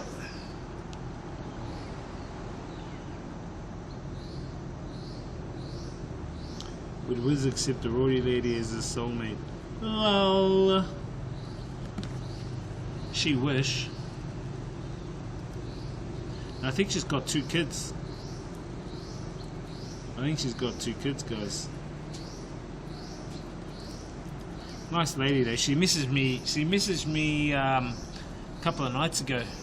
Dash says, how much money do you think on average you need to travel in European country? Depends how long you're going to be in that European country, dude. I would say if you're going to be in a European country for a month, it's based on these factors. Okay, if you can look at it in these ways, this may help you. First factor is what country you're going to. The second factor is what kind of lifestyle do you want to live in that country while you're traveling. Do you want to be a backpacker, live very, very cheap, live in hostels, or do you want to live kind of like a traveler who wants to sleep in hotels or even resorts? Do you know what I mean? Or do you want to be super cheap and be someone who wants to, say, volunteer? Stay 91 says also depends on how you manage your budget too. Dash says cheap of cheap. Well, let's look at it this way. It's bloody expensive in Europe. I would say if you're looking at staying somewhere in a hostel, I think hostels are around about 10 to 20 euros a night. There you have it. It's going to be pretty expensive. I would say you would need at least 2,000 to 3,000 US dollars to go to Europe for a month, or two at the most. Probably need around 5,000. But it just depends, as I said, on your needs. Are you someone that wants to eat out for dinner every night? Are you someone that wants to cook? Like go to a supermarket, buy your food, cook yourself. So it's all on your own spending, and how, as the expert said, depends how you manage your budget and your expenses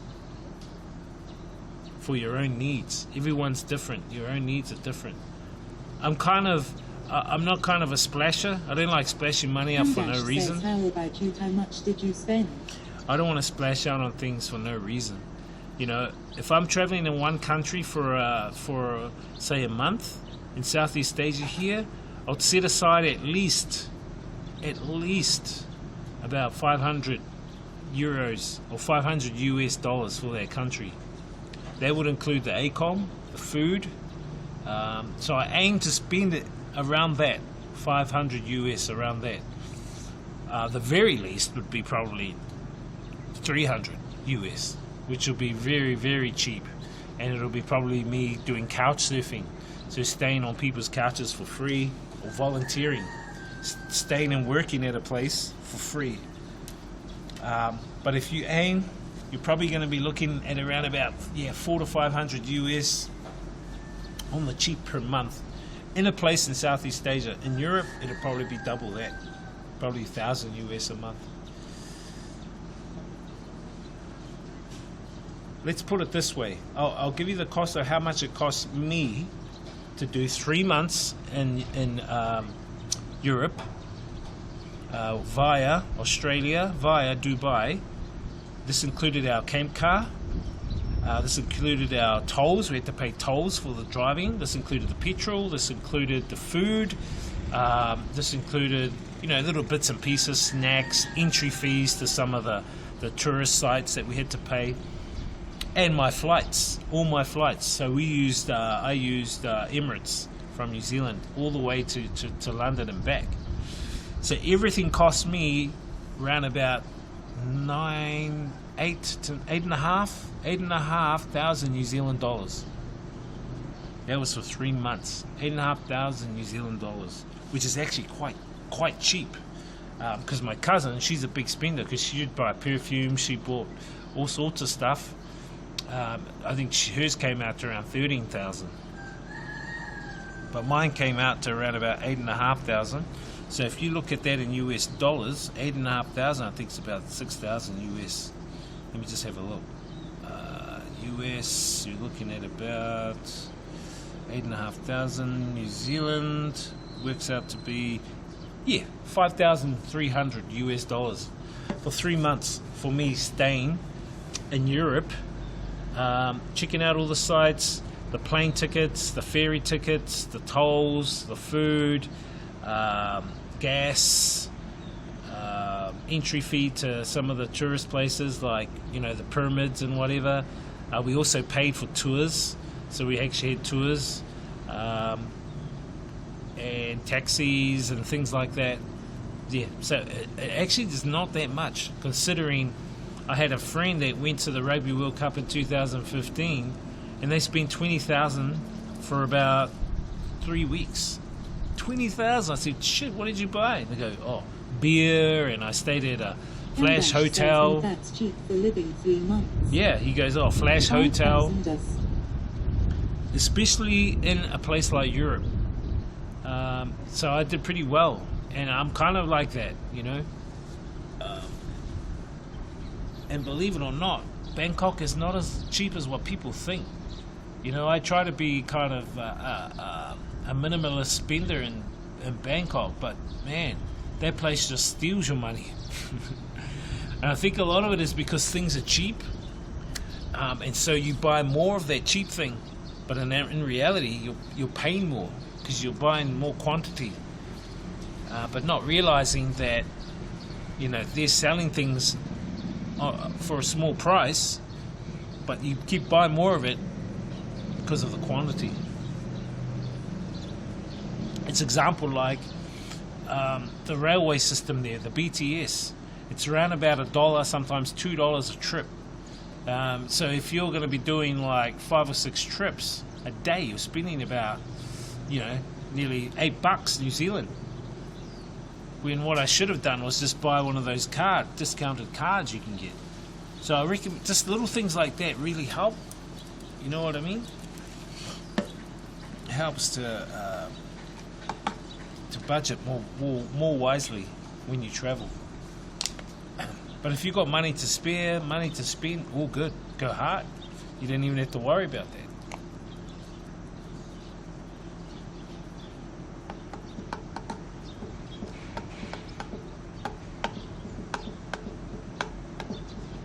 So if I was say that you go to Europe for a month, I would say, yeah, you should at least take $3,000 US.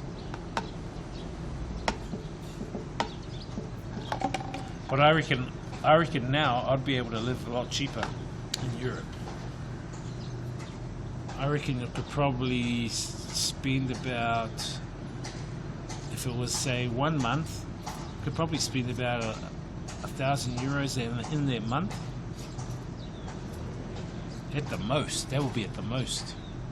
That'll be actually too much. You wouldn't even need that much, to be honest. Not if you buy your own foods. Like I buy cereal, milk. Buy your own cereal, milk. That's your breakfast taken care of for a week or 2. You know what I mean? Just stuff like that. And then you just go out and buy the street food or whatever.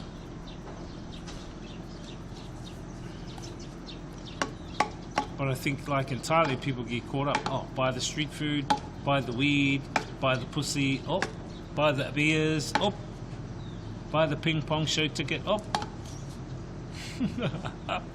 See how it all tops up?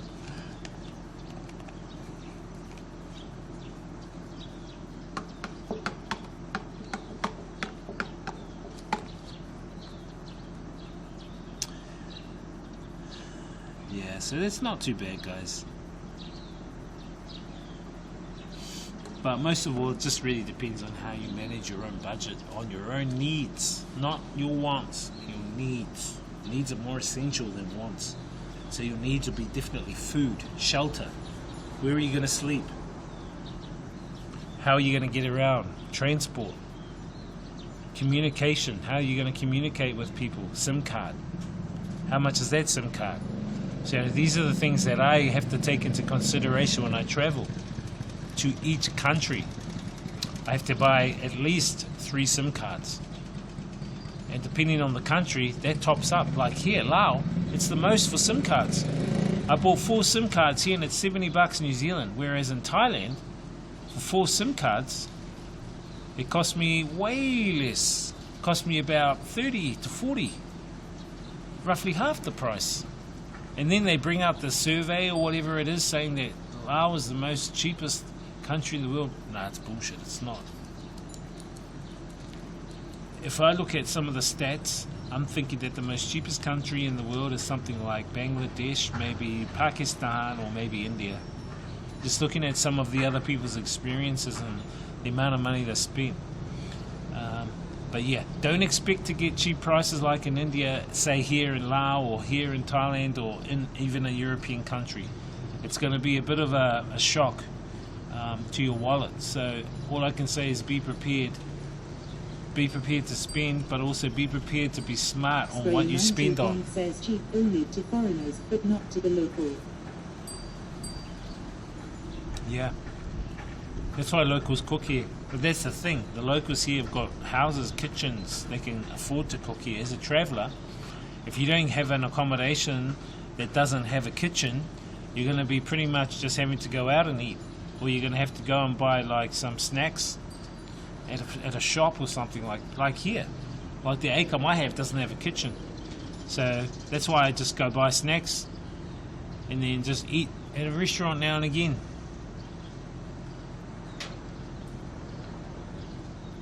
I would prefer just cooking myself. Can't wait to get back to Vietnam. Which reminds me, I need to message someone about my Vietnam stuff.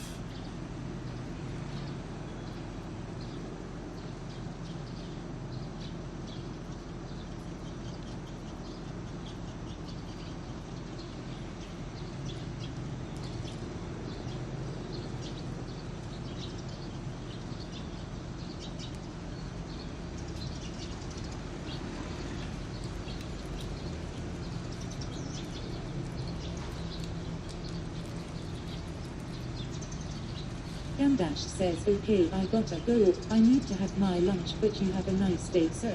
Yeah, I'm still going to be Nice streaming. chatting with you. Thanks, bro. Nice chatting with you too, bro. Take care, man.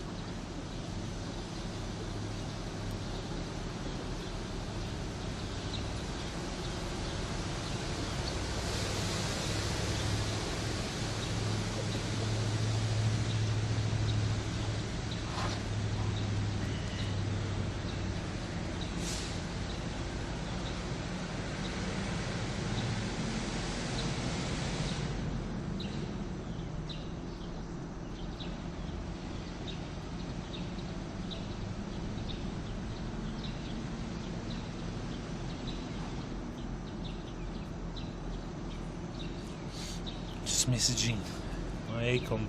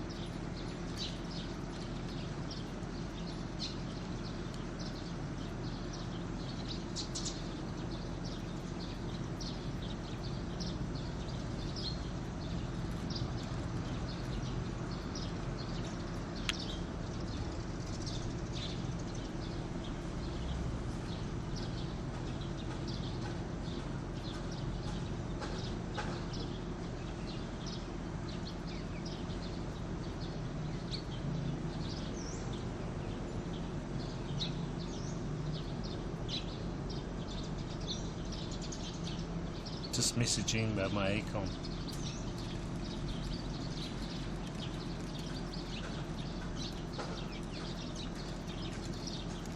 For Vietnam.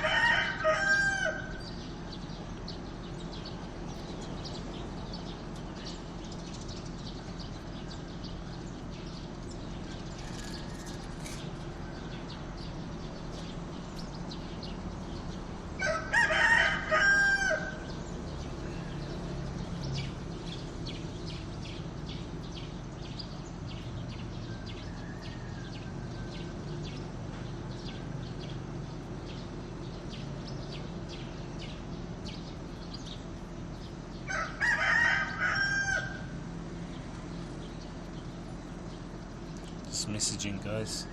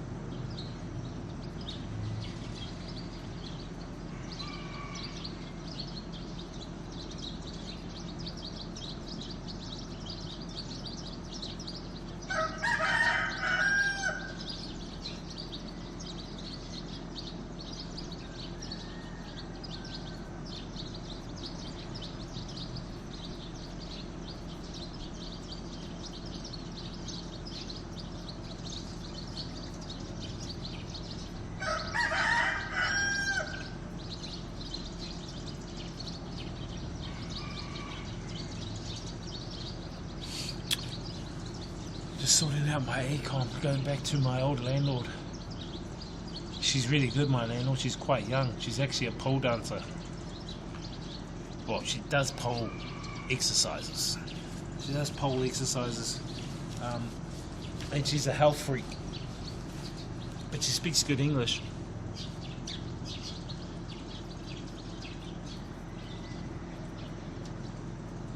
Spray 91 says incoming house tour.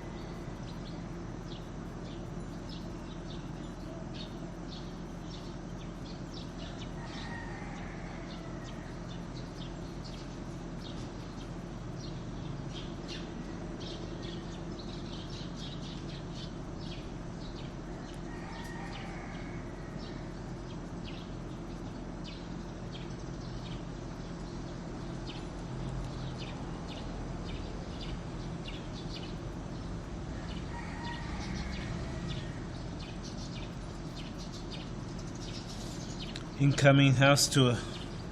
Huh? Kind of. Let's see what happens. The tour is, the place I stay at is not many foreigners stay in that area. It is part of Tay Ho. Tay Ho is like the part of Vietnam where, the part of Hanoi where there are a lot of tourists, but I'm in the southern part, and that southern part there isn't much there.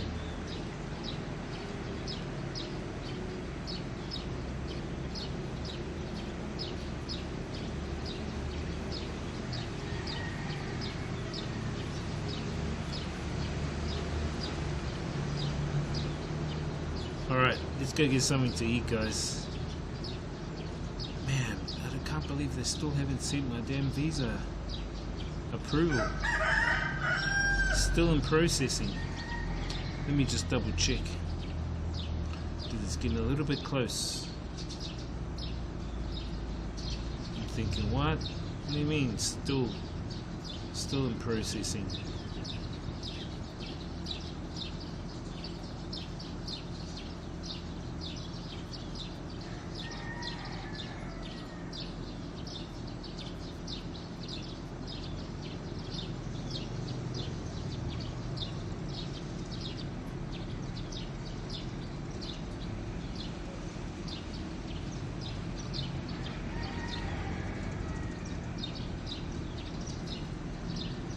Search in processing. Come on. Vietnam, get your shit together. Alright. Let's leave this joint. Walk back down the hill.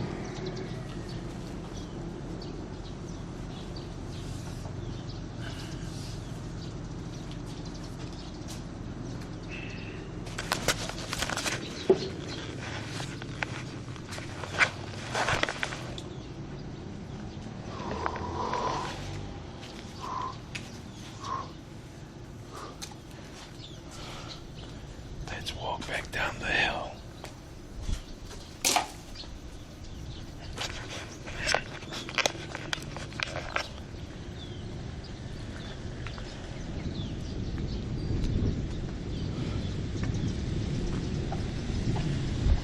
Get everything. Yes. 391 says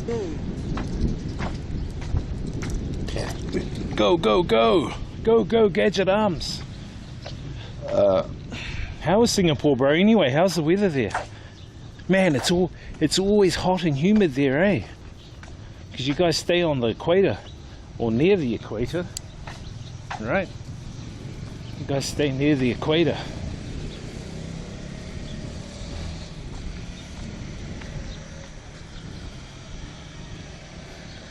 Spray 91 says nips are hot and cold now. Bro, do you go over to JB now and again?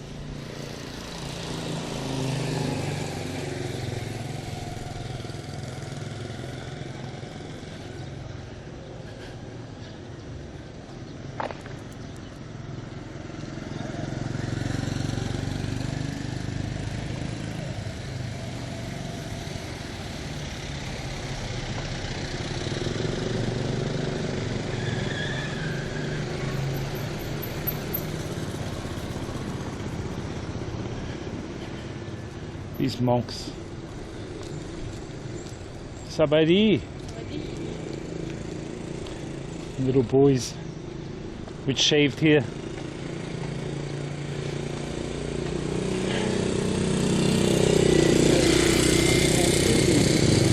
Created before 2020. Ah.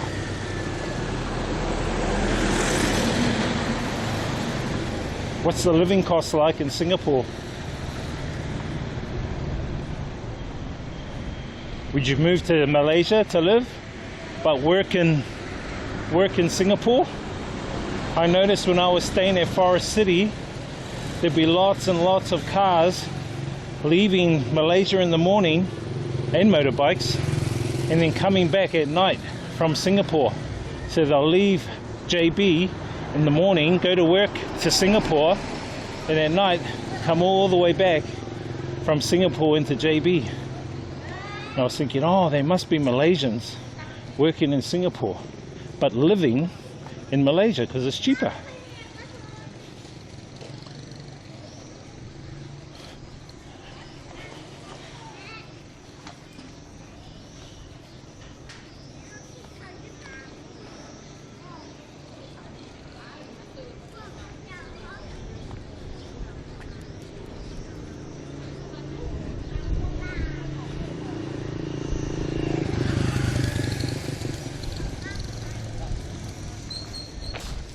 Spray 91 says you just got to keep working to survive here in Singapore. Yep. Survive in the matrix, brother. That's how it is. Everyone has to survive in the matrix.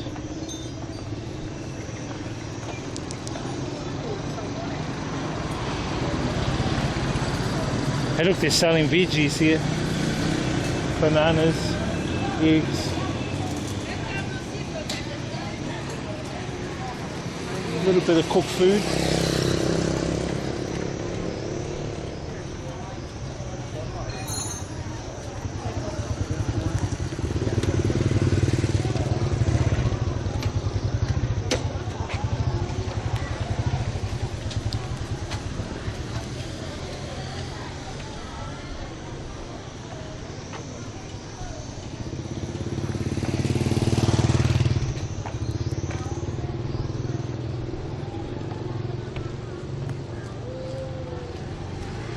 I think if I go back to New Zealand, I'll go back to the farm. I'll, that little kid on their motorbike, no helmet. Go back to the farm, delete all my social media accounts, emails, sell all my electronics, all my DJ gear, all my streaming gear, and just buy seeds and just stay on the farm. I think that's me.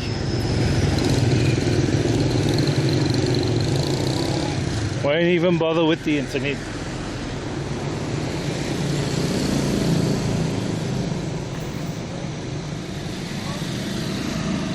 What's up, baby?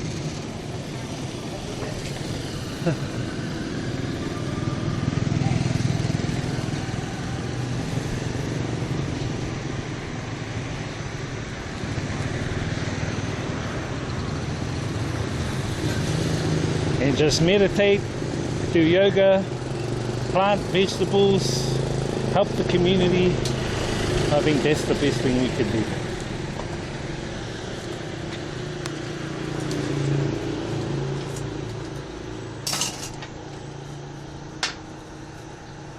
Spray 91 says farm is no doubt the best place to live in.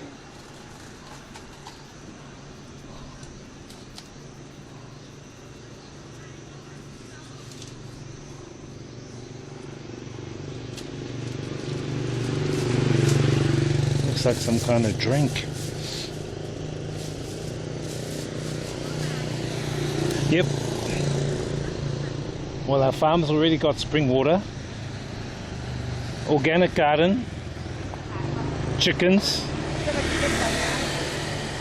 1,000 fruit trees, nuts, citrus, kiwi fruit. Only thing we haven't got on the farm is bananas. We've even got eels. But I don't eat those on the farm. Those are like family. Sabaydi.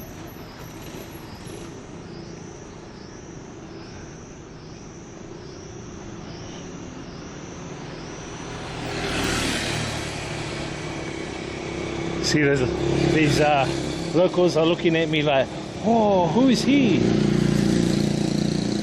I never see a big man like you before. That's what they're saying. I can see it in their eyes. Sabadi.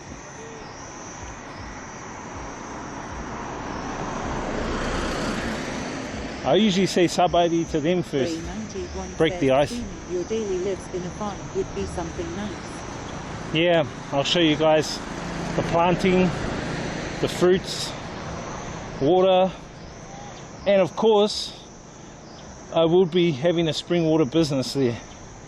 But I've got a big plan that I'm going to do for the water back in New Zealand. I learnt it from Thailand. I just hope that I can make it myself. I'll make the prototype.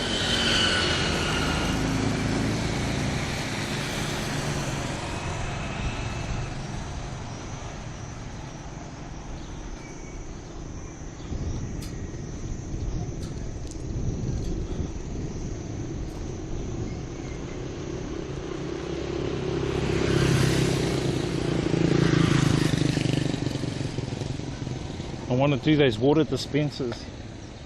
Sabadi. But the water dispensers are going to have our spring water in them. And all my job is to go and fill up all the dispensers. But I don't want to make it cash, paying for cash. I want to make it some kind of card. I mean, I could make it cash, but then people are just going to go up to it and rip it out. Rip the money out.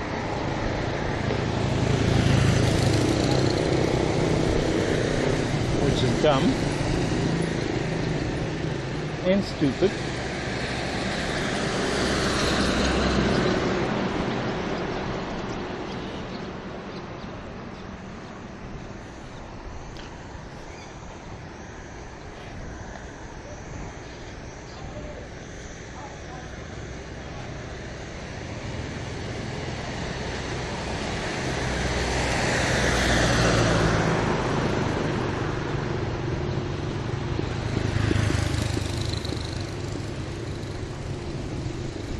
I might grab some of those rice things from their lady.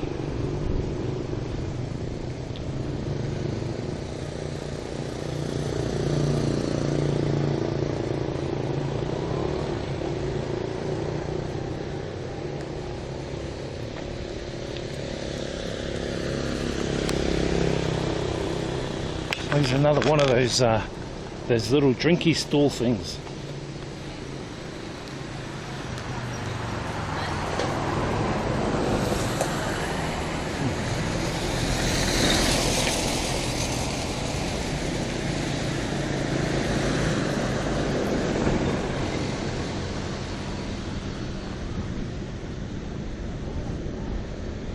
Guys, there's a lot of makeup places here where they do makeup, where they do hair. A lot of saloons, that's what they are, saloons.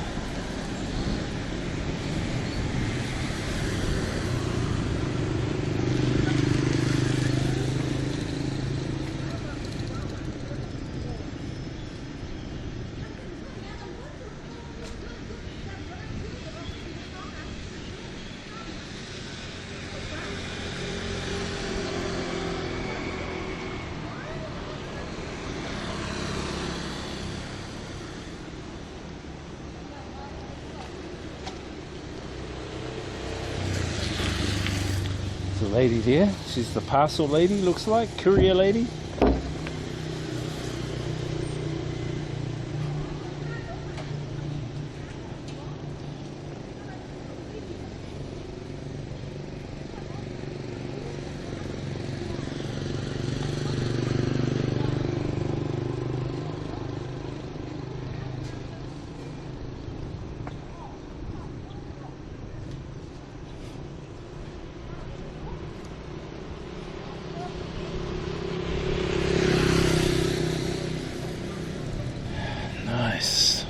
Nice beautiful walk here, guys.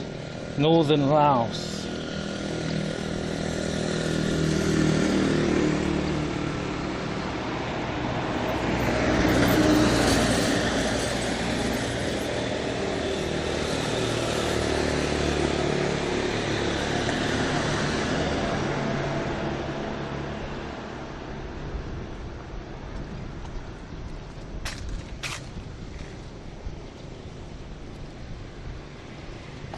I see they have a lot of these shops.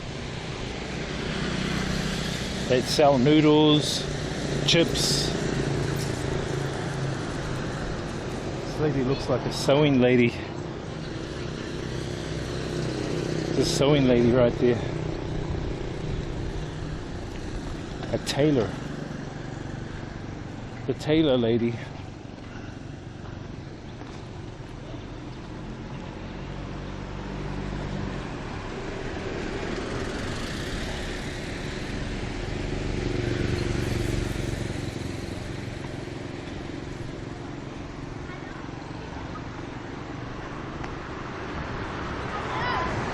Hello! Little kids. Those kids are like 8 or 9 years old on motorbikes. What the heck? You see that? And they were yelling out, hello!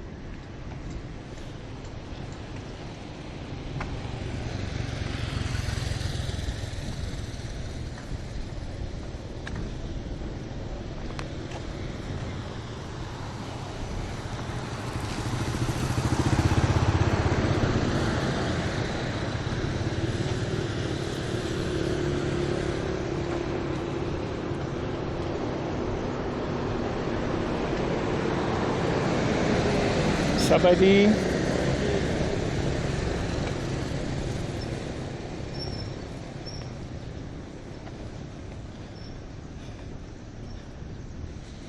Most of them think I'm Thailand, guys. I'm from Thailand.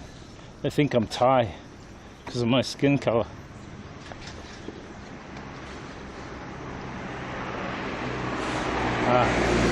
This is the provincial admin office, so the council looks like the local council for this district or this province. Yeah, it's a province.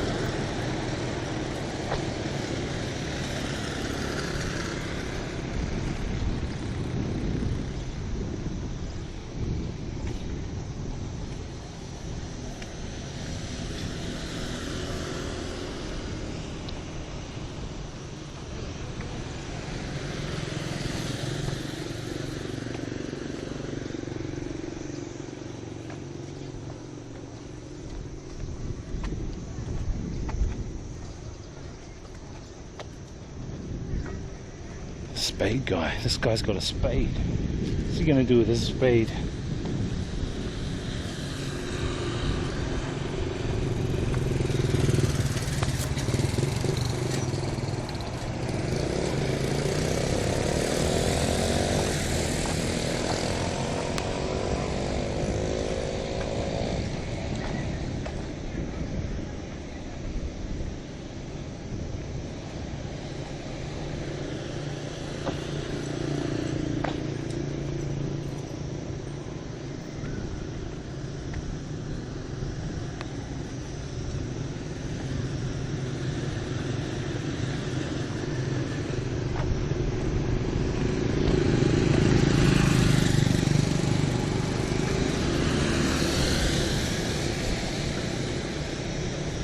Oh, there's goats. Goats down there. Goats climb mountains and rocks, eh guys? Hey Mutt. What's your name, Muttley?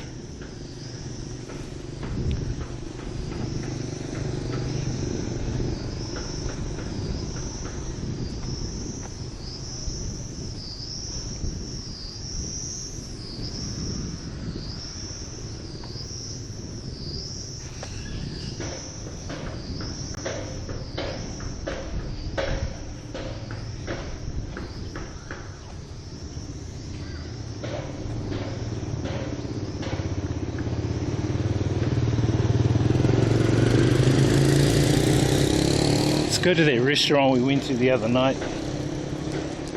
Grab some foods.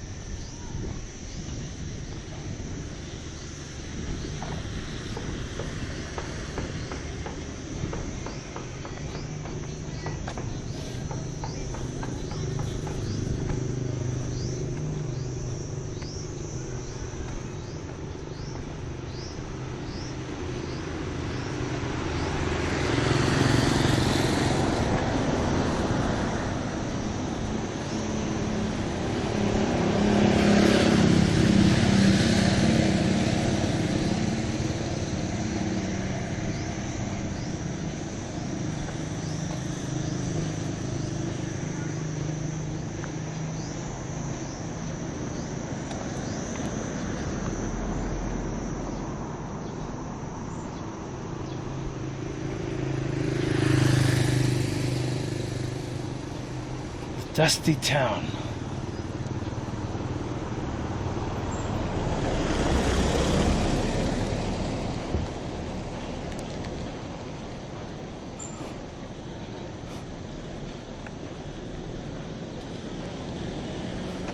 See if there are ladies there.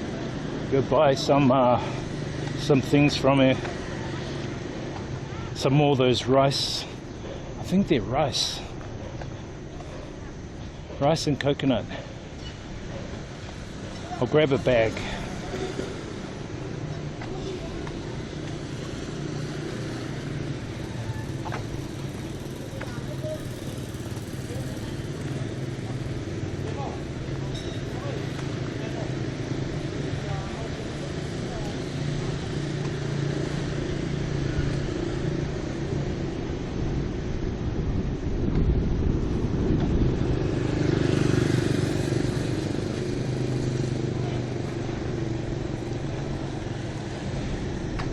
Here's that lady.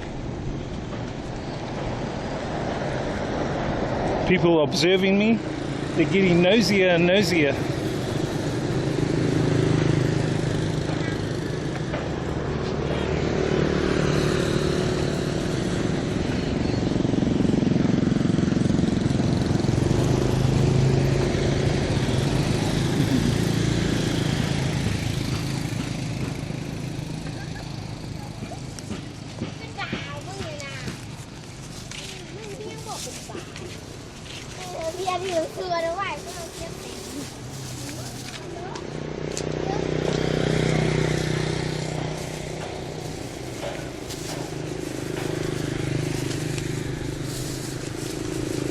Stray 91 says they think you are like a journalist, Lou.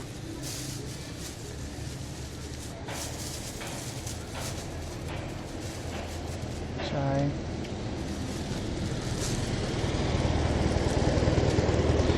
Got a bag. Yeah, they probably do. I don't know. Nah, they don't think I'm a journalist.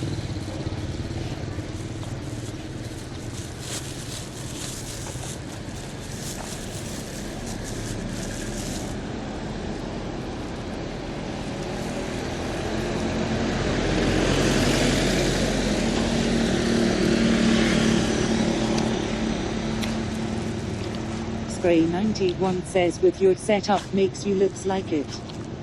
All I've got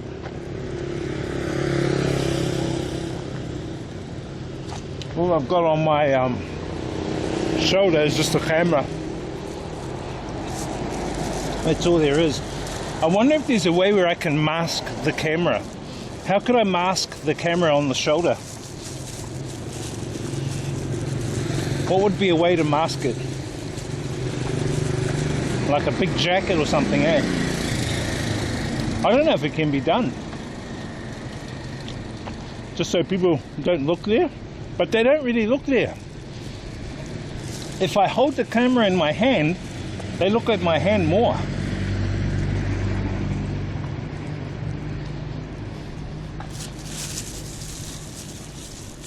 That's the thing that's weird. Stray 91 says use the cloth and make a hole. True. That could be the one.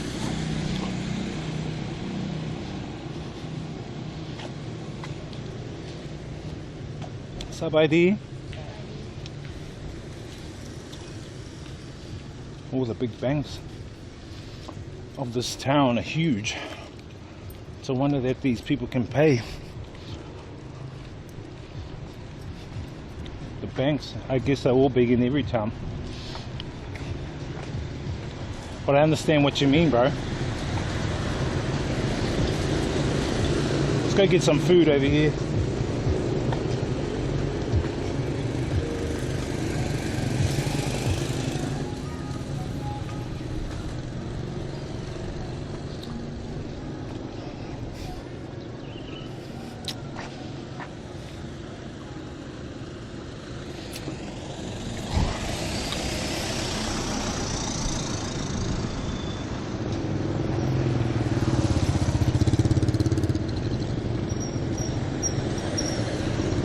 There was a police officer in their car.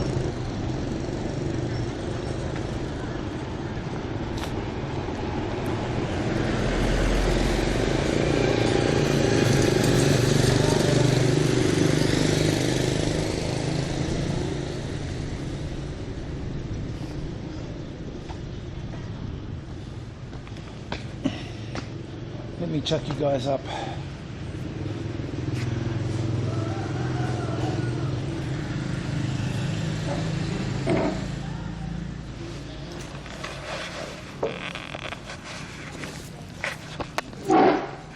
Over here.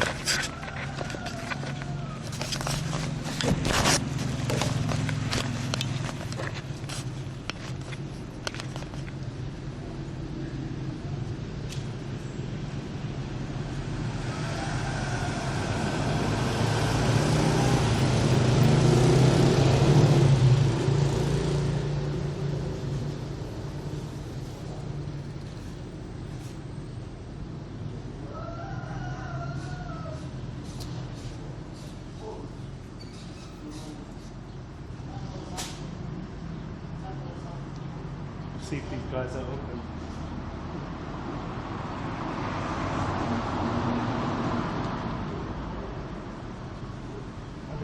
I don't think they're open. Let me see.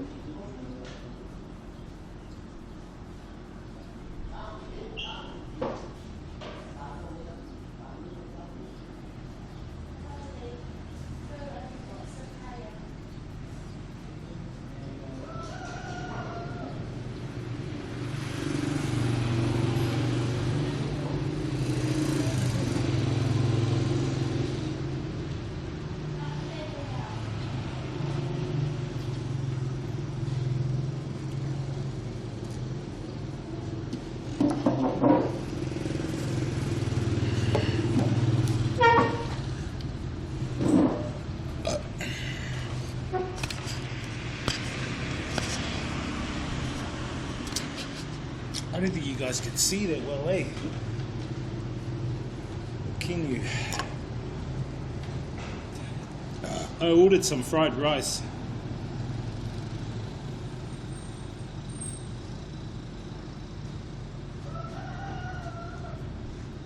Let's see.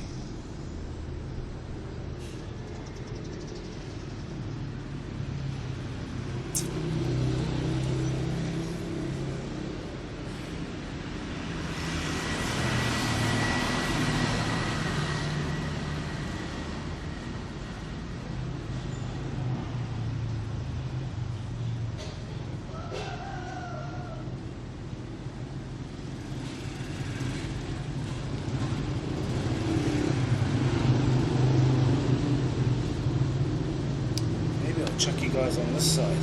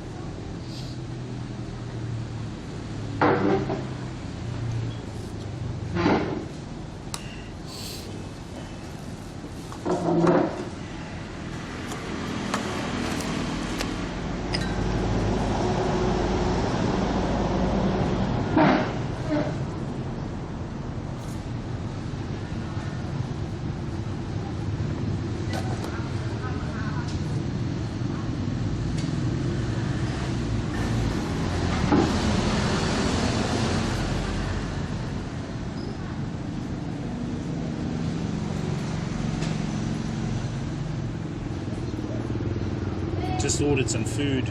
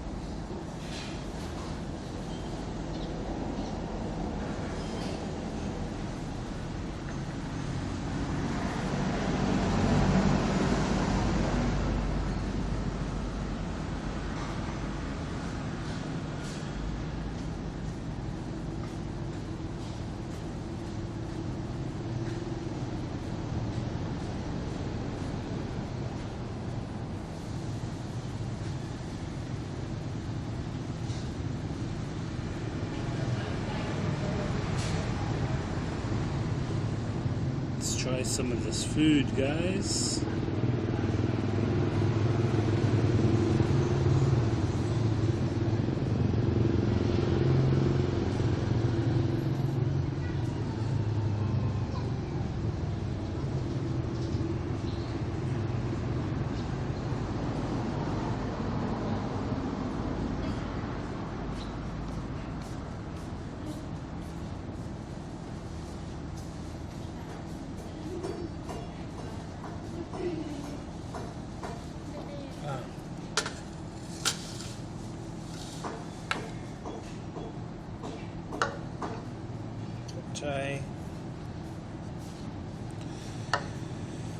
We got the rice seafood, as you can see.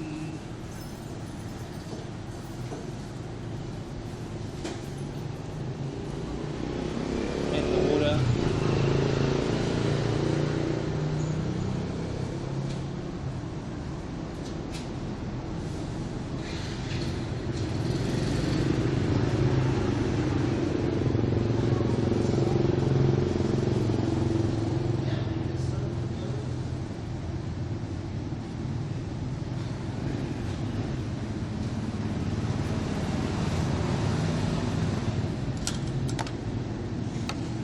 Try some chili.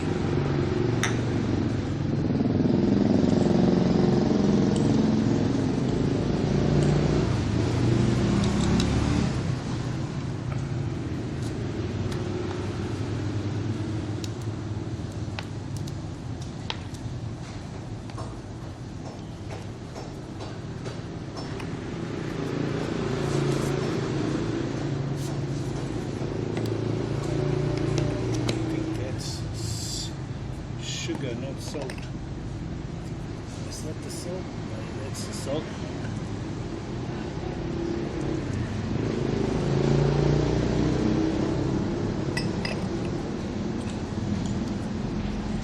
Mix the chili, mix the salt.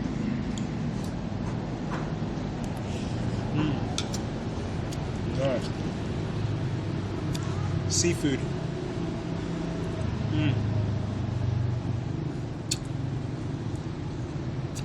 Very nice.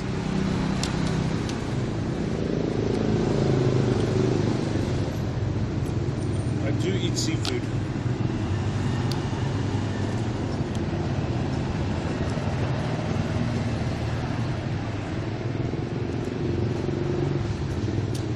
Use a cloth and make a hole.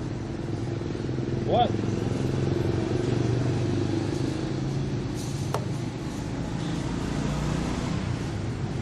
Oh yeah, for the shoulder thing.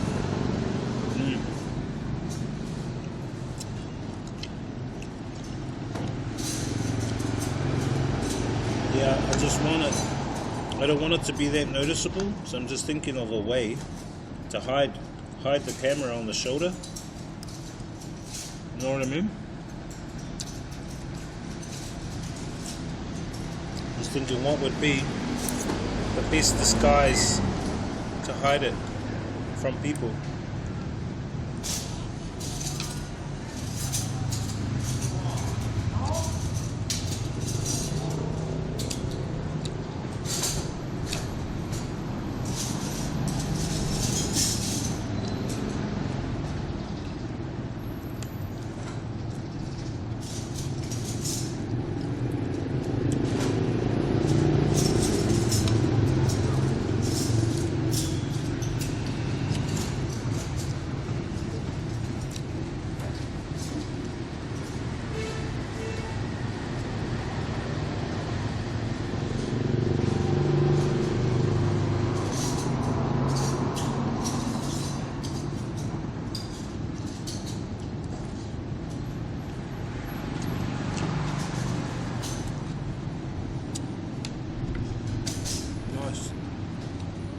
So you can taste the seafood.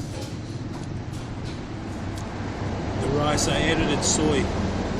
I like the soy.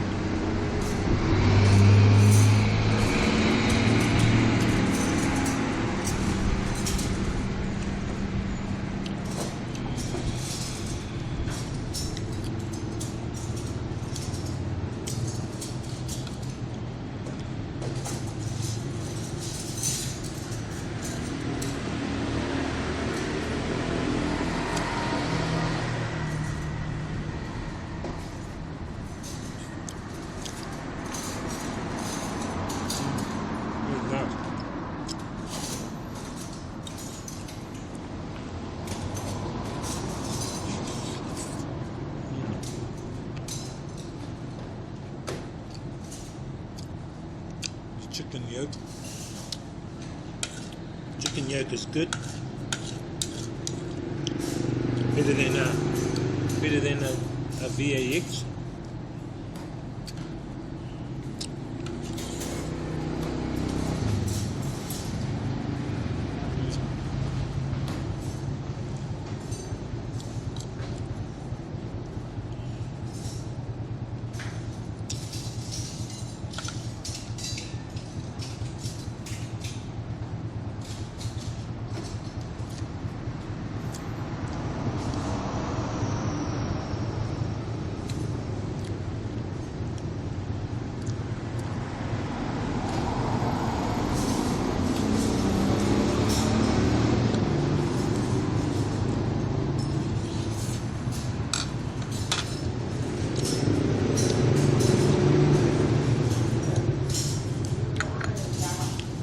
All the chili. Mix up all the chili, guys.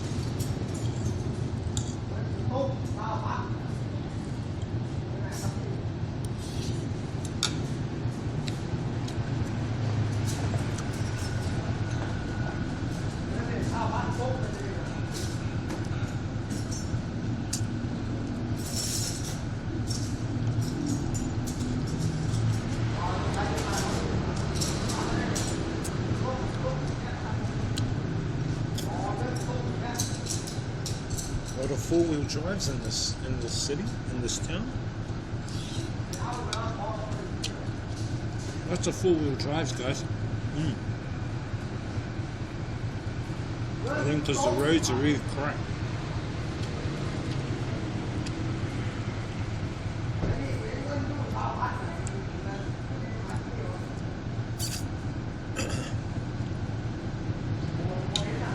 The roads are crap, so you really need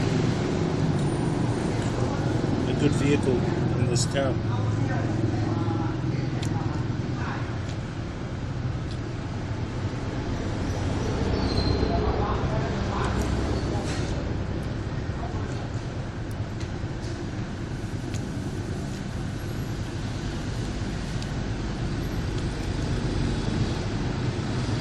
I just saw a police paddy wagon. They got a police paddy wagon drive by,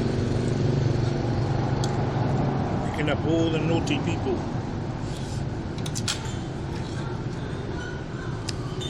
Picking up all the naughty locals. Oh, nice soup.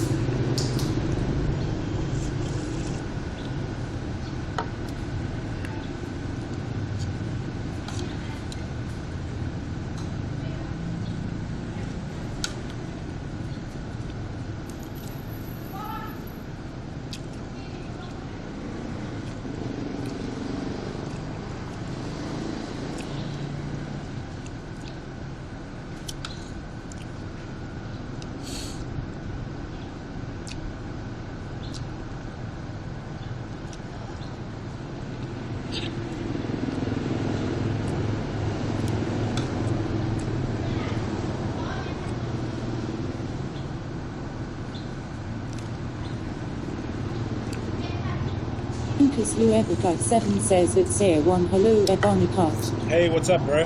How you been, man?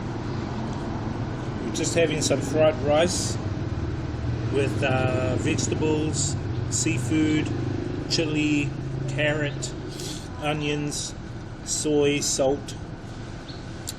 Nice. And egg.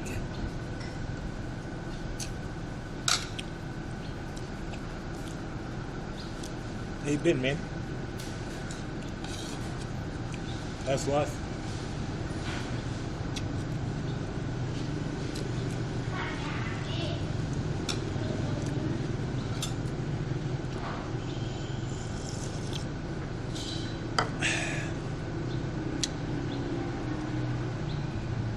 Lucas Luevica 7 says you loving life yum I'm good.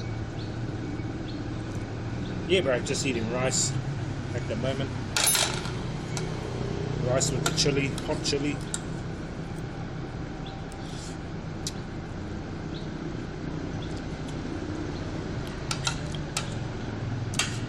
Delicious.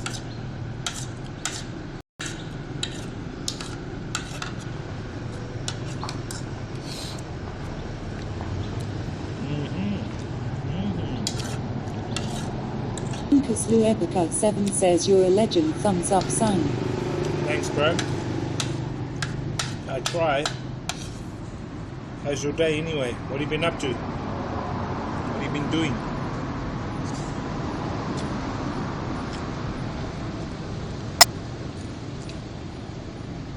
What's been going on?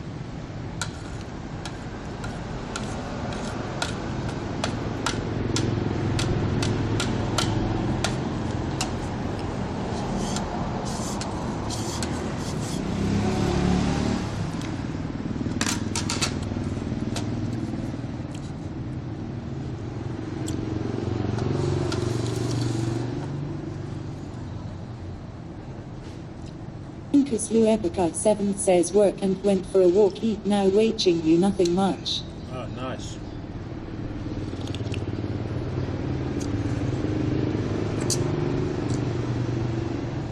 Nice, bro.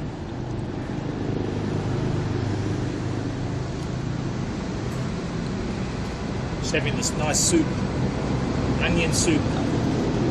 Just ate the fried rice, got the onion soup.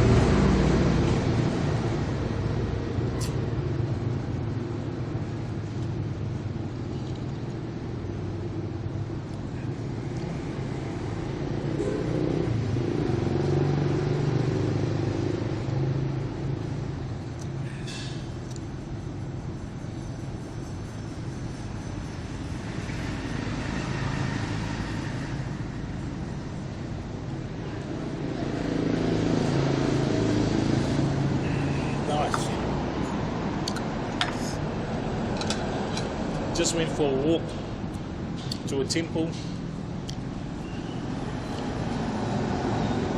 Had a bit of a chat. We chatted about travel stuff. Lucas Luepica 7 says, when will you be playing the arcade tournament? Will you stream it? It'll be next week, I think next Saturday. Yeah, I'll try and stream it.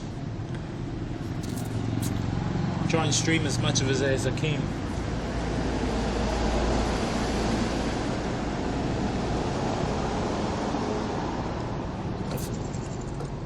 See how we go. Are you into that, are you?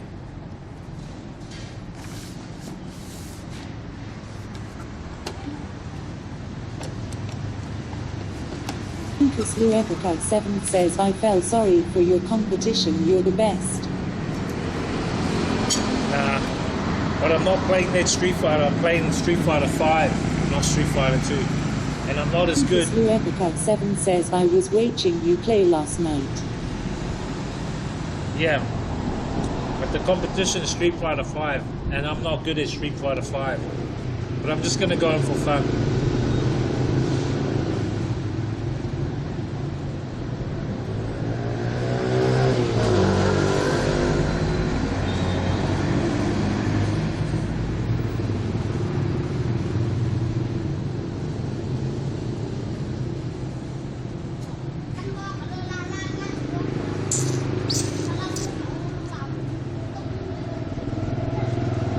Street Fighter 2, yes. I'll be. Lucas Luepica 7 says, have you played Street Fighter 5? Yes, I have, but I'm not as good as some of the better players. I haven't been playing it as long as some of these others. The game's been out for 5 years, and people have played since it came out.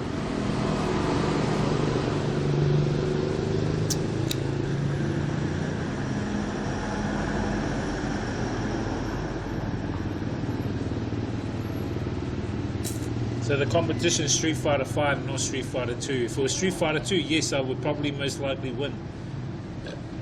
But because of Street Fighter 5, I'm just going to go in for fun.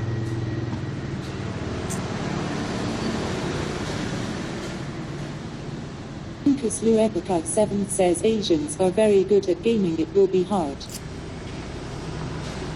Yep.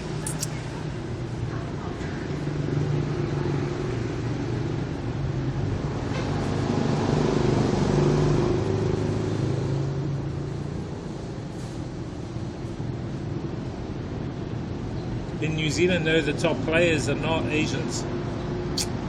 Even though the Asians play in New Zealand, the top players are Māori or Islander.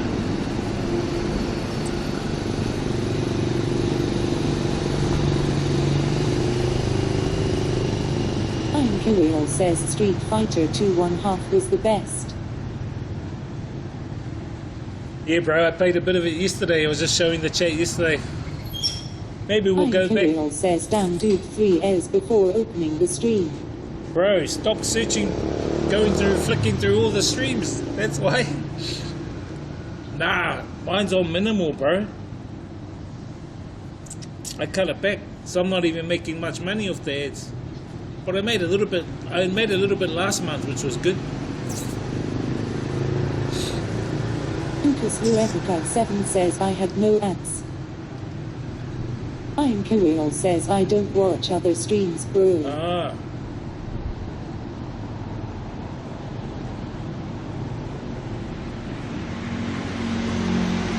Lucas Lucas Luepica 7 says good ads, I don't mind. I was thinking of going back to the hotel and then just chucking the Street Fighter 2 on. Show you guys some more Street Fighter 2.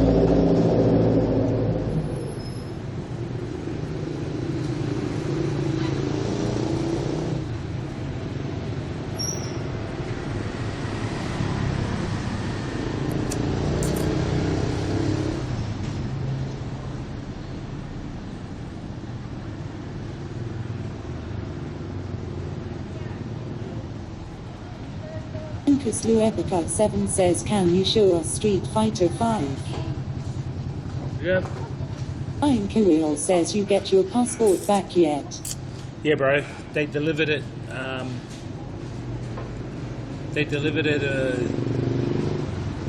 Yesterday morning. Cost me $10 for it to be delivered. But you got it back, bro. Just waiting for that bloody Vietnam immigration to approve my bloody. They said 2 to 3 days, not even. Otherwise, we're gonna have to stay here a bit longer. Bloody useless. Probably be tonight or tomorrow. Because I don't want to book my bus ticket yet. Just in case they don't bloody approve it in time. As soon as they give me the approval. Ian Kirill says can't you just walk in and get a stamp? Nah, you can't do that here. They tell you to go online and do it. Sucks, eh?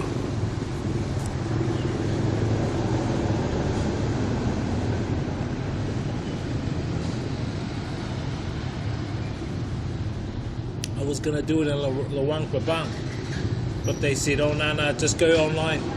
Ian Kirill says useless. They said just go online and do it. Yeah, fuck.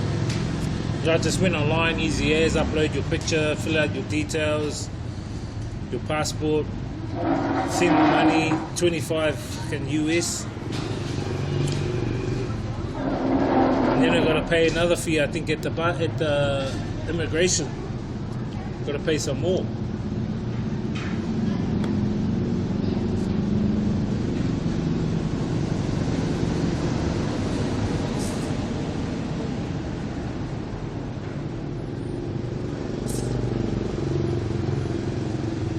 But yeah, Kazim bloody useless buggers. Ian Kirill says it's only land borders that get this issue right. Yeah, land order. Yeah, I think if you were back in New Zealand, you could get it sorted. You could get it sorted at the embassy there.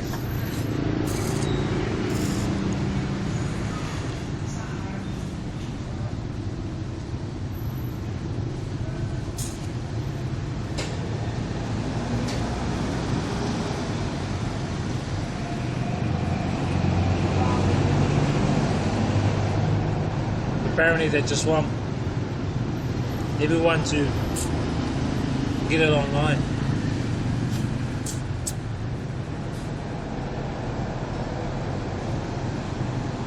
Ian Kirill says all the embassies are in Wellington. Yeah. It's actually easier doing it online, bro. The process is simple. Just go to the government website, fill out your details, Ian Kirill send them the says application maybe you and just money. got a lazy border guy. Yeah. And then what they do is they send you a letter, invitation letter, print out the invitation letter. When you get to the border, you give the guy the invitation letter, 2 photos, I think it's 2 or 1 photo, and your passport. Oh, and the form. There's a form you got to fill out. And then they basically just put the seal in. They put a Vietnam seal. I'll show you what the seal looks like from afar, because I don't want you to see all my details.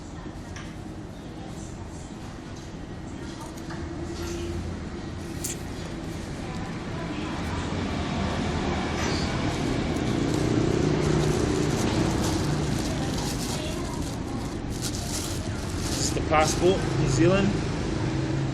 These are what the seals look like. A Vietnam seal. I'll cover some of my details, but that's the Vietnam seal. That's your visa seal. This one is the business visa, but the travel visa is the same. The only thing that changes is the number, the category number in the top right. For the business visa, it's DN. For the tourist visa, I think it's DT, or I can't remember. But what I intend to do is go in for a month on the tourist visa, go see my companies and that, get them to do up my business visa letter, leave the country again, and then come back in and stay for 3 months on the business visa. I'm intending maybe to work part-time, stay for a month so we can stay and check out more Vietnam.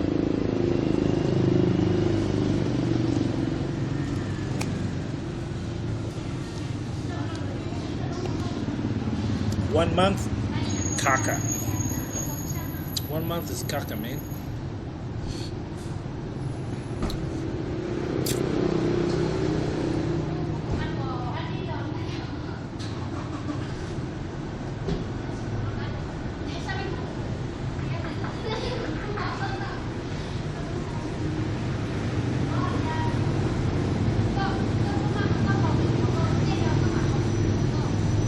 The Vietnam government don't want to give out 3-month visas because they're scared in the event of another pandemic, tourists are going to be stuck in their country and they don't want to fork out money to host them in the country. Obviously, the travellers are going to have backup plans, insurance, so they're going to take care of themselves like how we did back in 2020.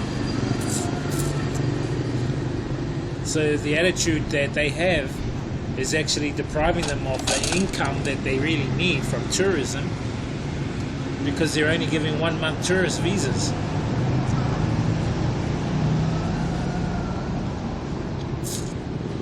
Whereas you've got countries like Thailand who are doing digital nomad visas and all sorts of visas, and their tourism's booming.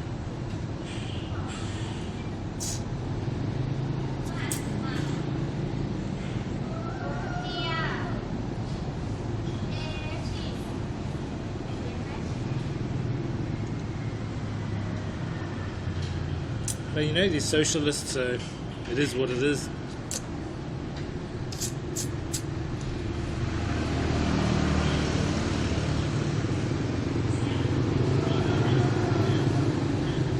Guys, I just saw about 3 teenagers, probably 10 years old, on a motorbike. What the hell?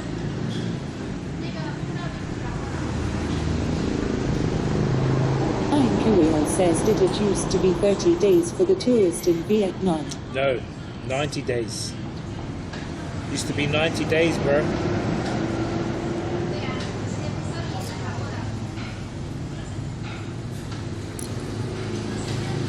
Used to be 90 days.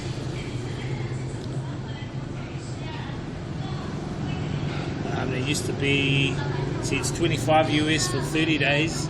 Used to be about 50 US for 90 days. Xam Nuea says 90 is good. I hope it's back by the time I travel. Bro, that's what I was hoping, that it would be back to Xam 90 Nuea days. says 30 days too much of a rush. Very, especially in Vietnam. You want to take your time.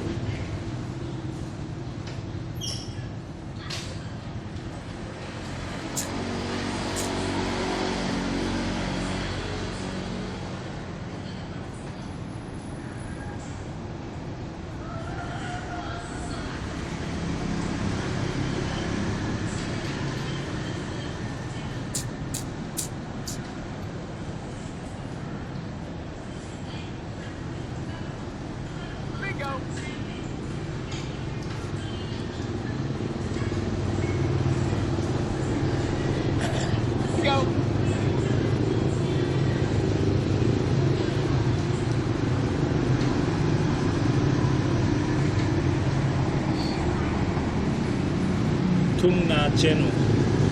Thank you for for the sub on YouTube.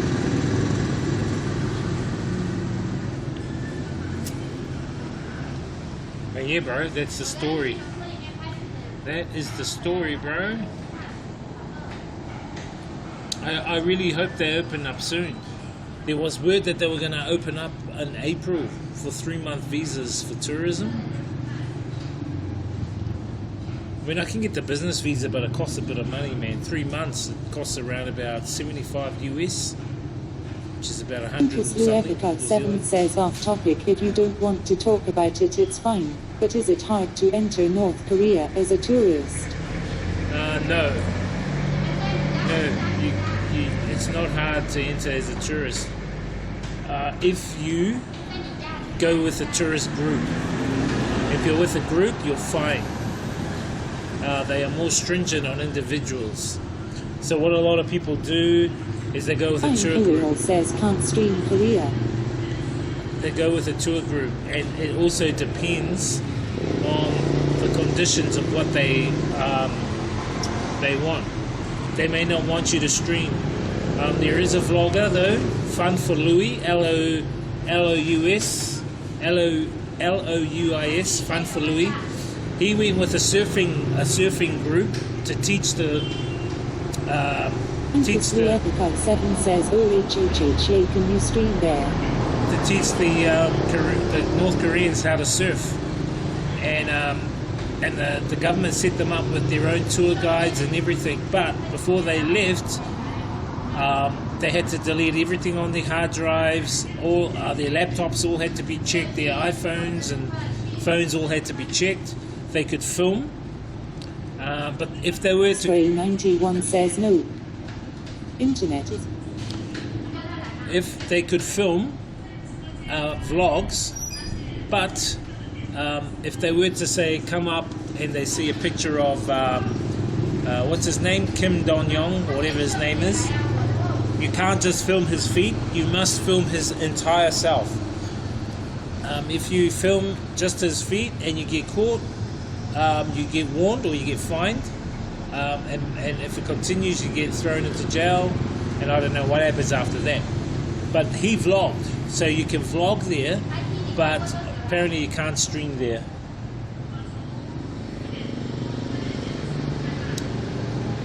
So if you go on YouTube and you look up Fun for Louis, North Korea, you'll see the vlogs he made of North Korea. He even filmed the cannabis out in the wild in North Korea. It was funny. And then he was talking to some of the locals, the guides. They were guiding him, beautiful women, and talking to them about life in Korea and what's it like and all that kind of thing.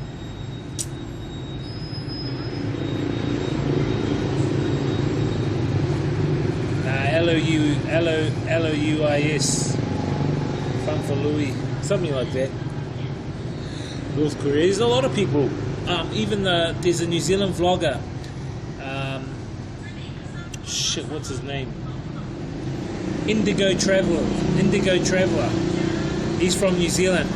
He would be one of the most extreme vloggers I've seen.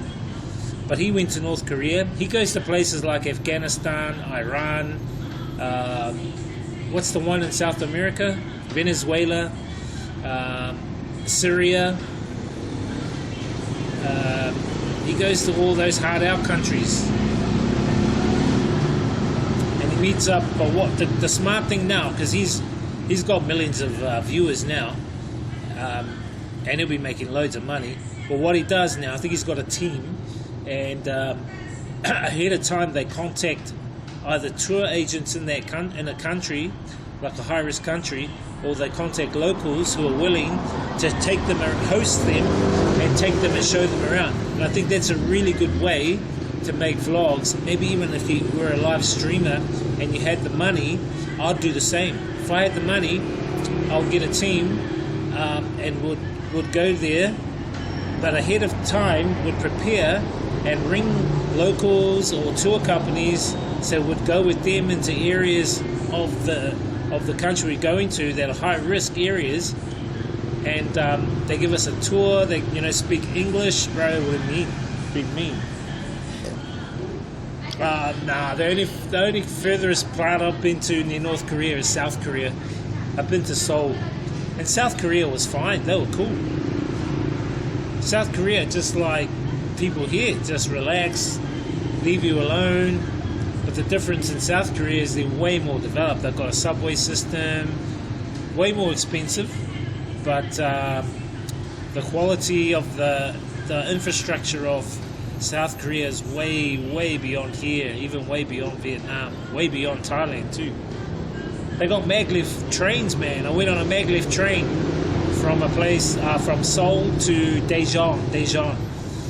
Normally by car maybe take you 5 hours, but by this maglev train it just took us half an hour, 40 minutes. And they close the shutters on the train because it gets so fast. And we went to a beer festival, so it's not as bad as they say. Well, you decide for yourself, man. I'm not sure. All I know is that if you're going to go to North Korea, the only place you can go to before North Korea is Beijing. So you have to go to Beijing, then from Beijing, North Korea. That's the only place. And they do all these checks up on you. Like, yeah, you got to delete all your hard drives, and the camera gear that you take, your cards, and everything's checked.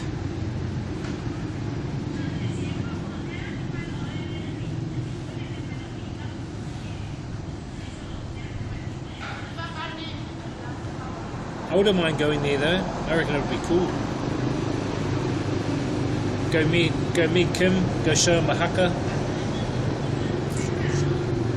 Go and party out on the night with him.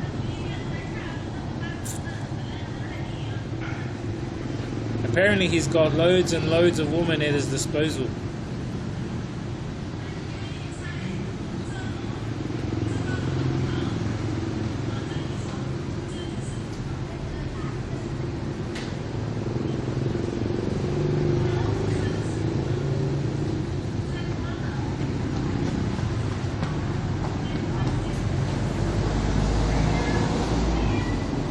Young girls on motorbikes. Oh my gosh.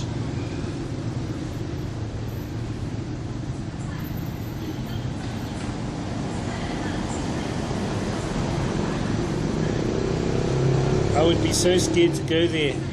He'll kill you. What if he doesn't like you? He will kill you. That's the risk you got to take, bro. That's why they call it extreme travels. But yeah, there's a Kiwi guy, is Indigo Traveller. Very extreme vlogger. I think he would be one of the most extreme vloggers, and the quality of his vlogs are up there, man. Good quality vlogs. But he's from New Zealand. And he could be the most popular vlogger from New Zealand I know of, actually. Indigo Traveller.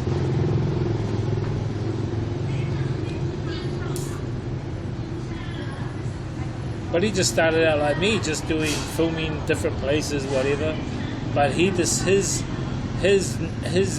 difference was he went to extreme locations.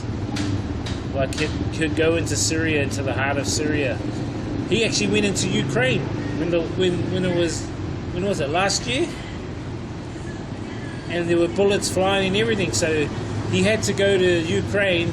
He had to have a bulletproof vest, a helmet, a whole bunch of protection. Epica 7 says, which one should I check out that you recommend, Indigo Traveller or Fun for Lou? Check out me first, then when the stream finishes, check them out.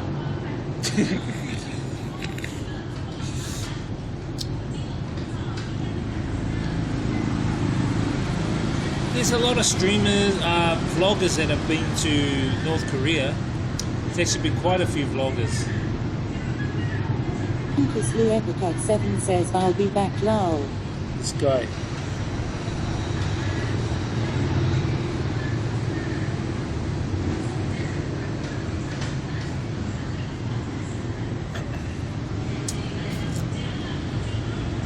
Yeah, I don't think you'll be able to stream there because you've got the power banks in your mailbox. Bro, they won't allow us picking our ballot box through the airport. They'll immediately think it's a BOMB.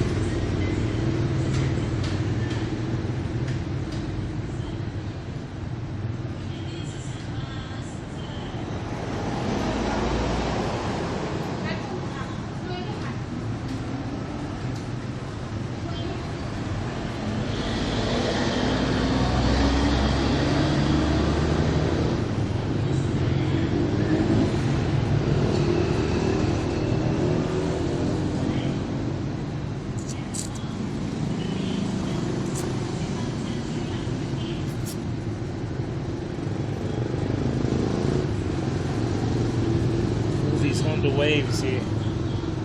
So many Honda Waves.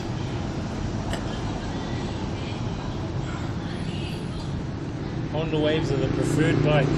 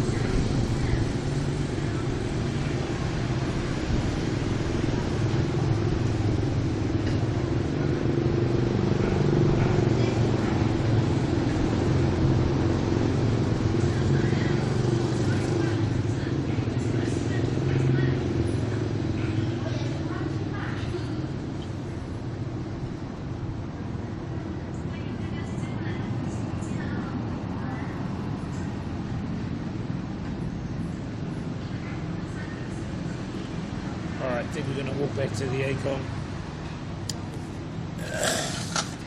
Just some nice short streams today.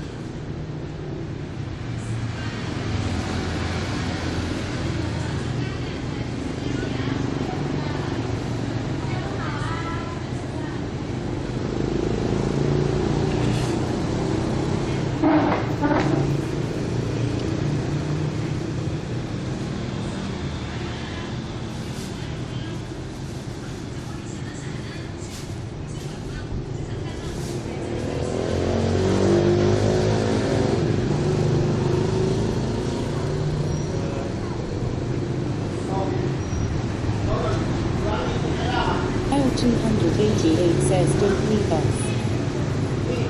Hang on. I'm going to shoot off.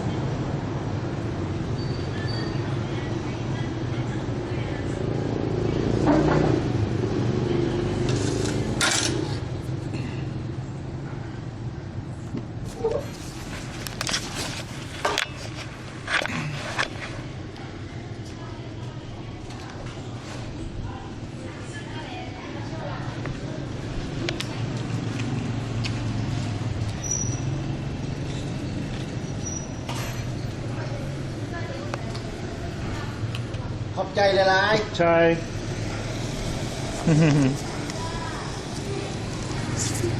Okay.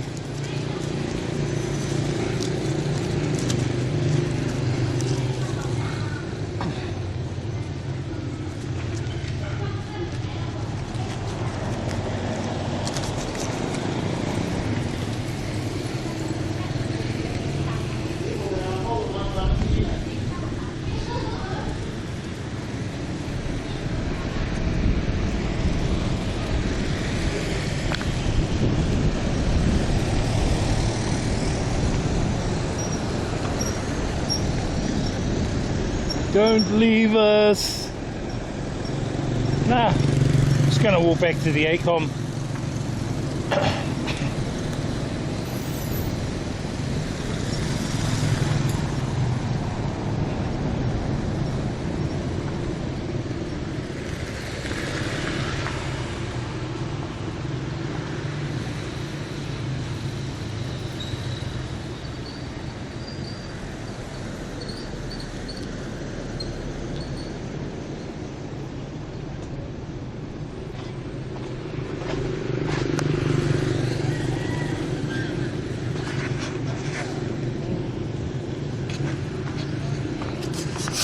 Shit, even the top of my camera is getting this brown dusty stuff on it.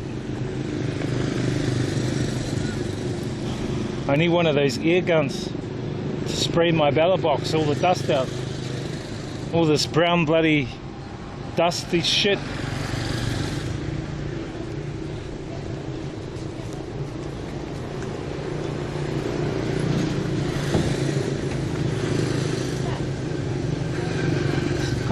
Sabay.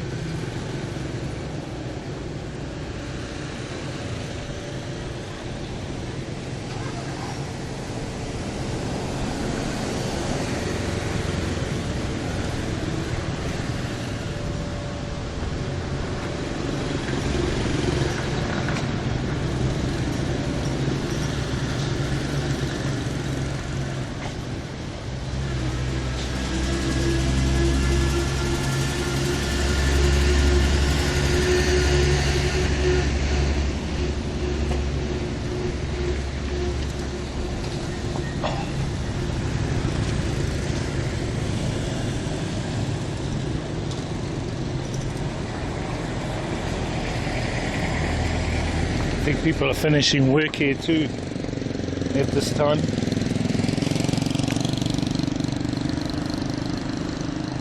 Ready.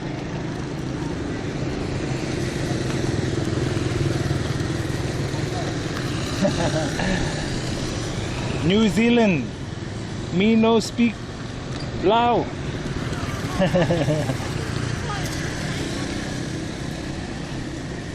Cute little girl. She's trying to talk to me in Lao.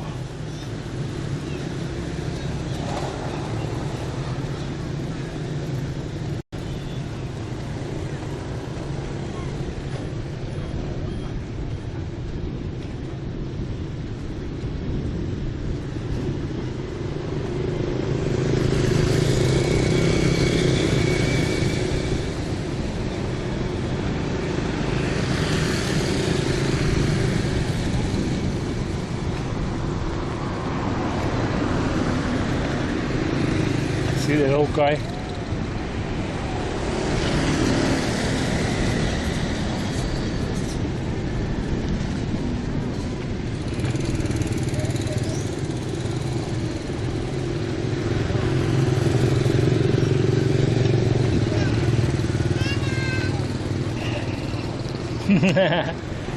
See how they got the baby on the back of the motorbike like that? That's the styles here, guys. And what's even weirder is that the driver will have a helmet, but the kid doesn't have a helmet. What the hell's up with that?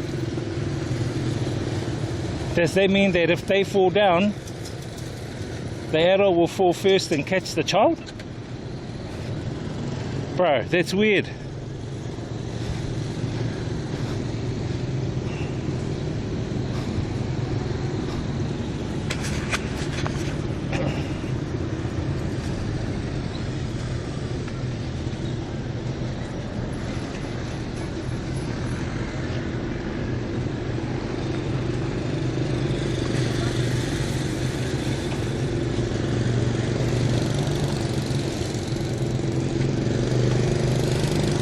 Well, I'm hoping that tonight or tomorrow we get that visa. I'll head up the hill. We'll go up to the bus station, book our ticket to Hanoi. Actually, I don't think you can book a direct ticket to Hanoi. I think you got to go to Thanh Hoa in Vietnam first.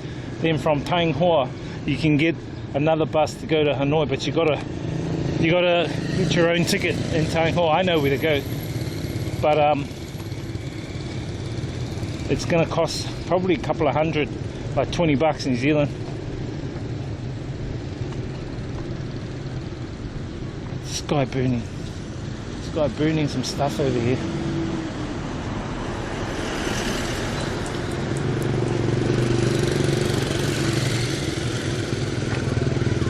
Sabay đi.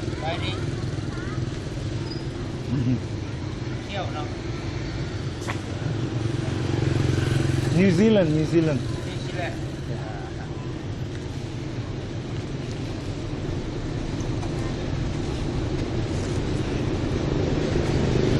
Fuck, I think he's burning plastics, that guy. The hell?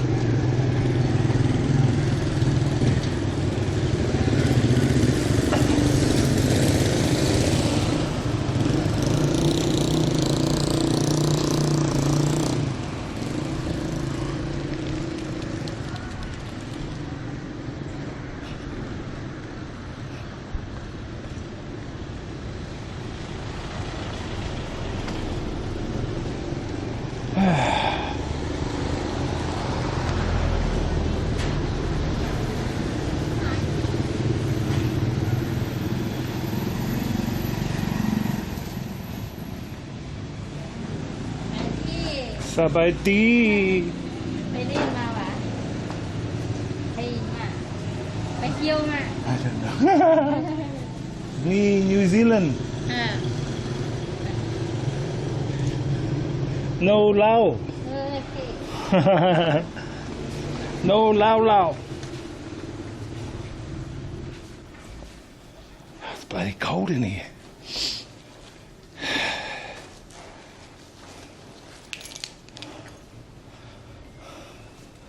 That's the cleaner, that lady.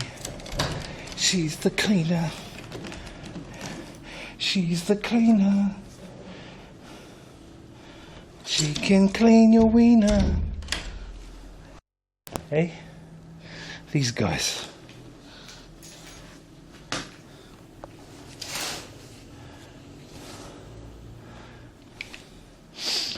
She is the cleaner. Spray 91 says ye room tour. She's the cleaner. Let's put on the laptop. Yeah, I showed the chat yesterday. This is the bathroom, the toilet, shower, clean towel every day, soaps, toothpaste every day, toilet paper every day.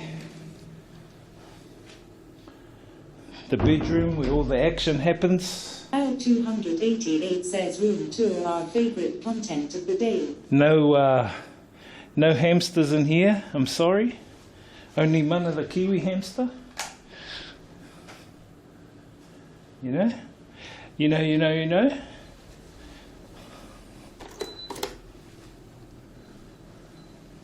Oh, I forgot, you got to chuck the key in here.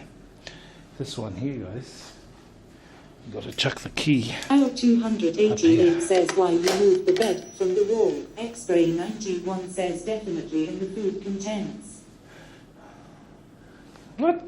L288 says you're afraid the bed robbed your passport again. No, the bed was where it was. I never moved it. But yeah, it's just a simple room. Aircon, fan, TV. But I can't seem to get the TV working. The TV won't come on, even when I plug it in. And use the remote. Maybe the batteries are gone. See if we can manually turn it on. And then this one here, I have no idea. I think these things need batteries.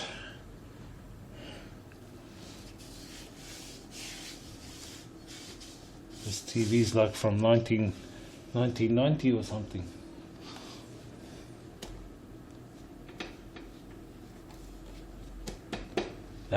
It's all show. I don't even watch TV anyway. What do I want to watch TV for? Nothing on there. You know? You know, guys? Yep, this is the room. Oh, yeah. Just a small room, but hey, it does the job. But look how weird this is. L288 says sad part is coming. I'll show you something. Just let me turn that down.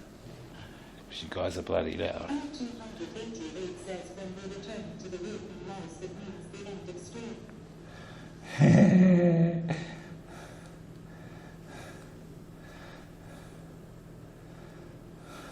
But there's a bit up the top there, and it goes into the next toilet.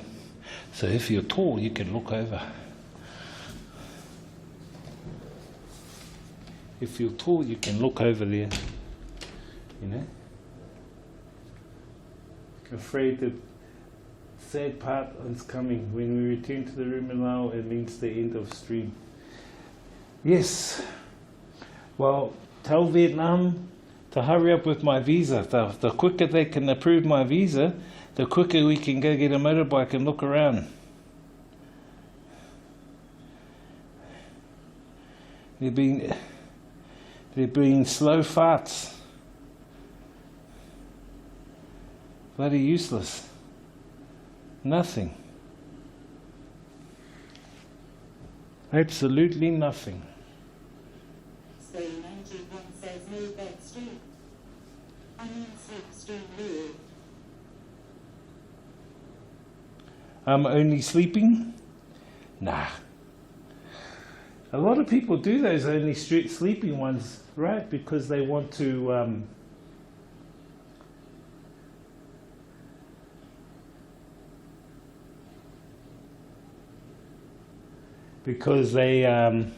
want more viewers. I think it's a good idea. Maybe we can do a I'm only sleeping. Maybe in Vietnam.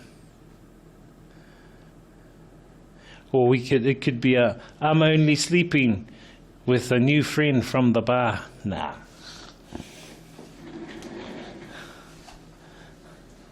I'm only sleeping with my new girly friend I found.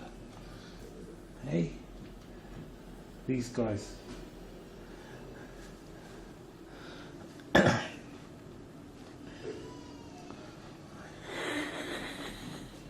I'm only sleeping. Who thought of those streams? Who thought of those silly I'm only streaming streams? Eh? Who was the one? 91 says be careful, God never knows what could show up on stream. Who was the one? Who was the one that made up those I'm only sleeping? Was it me? It was those Asian girls, eh? It's usually the Asian girls that do all that. The ones from Korea and Japan. They do all those little silly ones. Maybe someone like Shibuya Kaho. Do you guys watch Shibuya?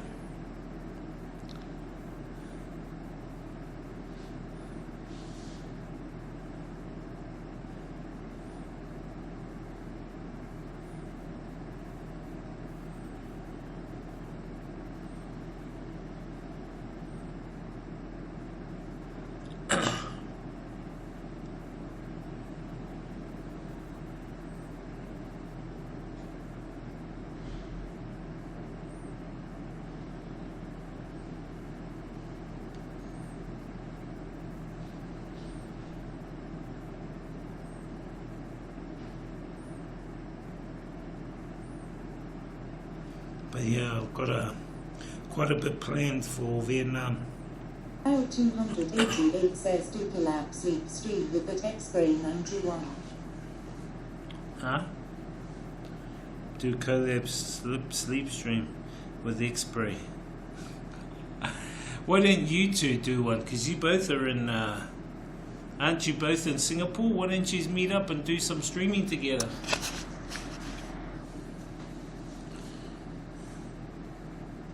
Spray 91 says hi. At prior 288 blue. He's gone.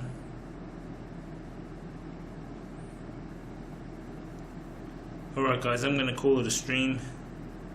I will see you guys on the next stream. We won't worry about the raid. We will just stop the stream. Anyway, thank you guys for joining me. We'll see you guys tomorrow. Hopefully we get our visa sorted as soon as possible. And then we can make some movements. Anyway, experience the journey, inspire others, live life. Thank you guys for journeying with us and exploring today. even though we just went up the road and back.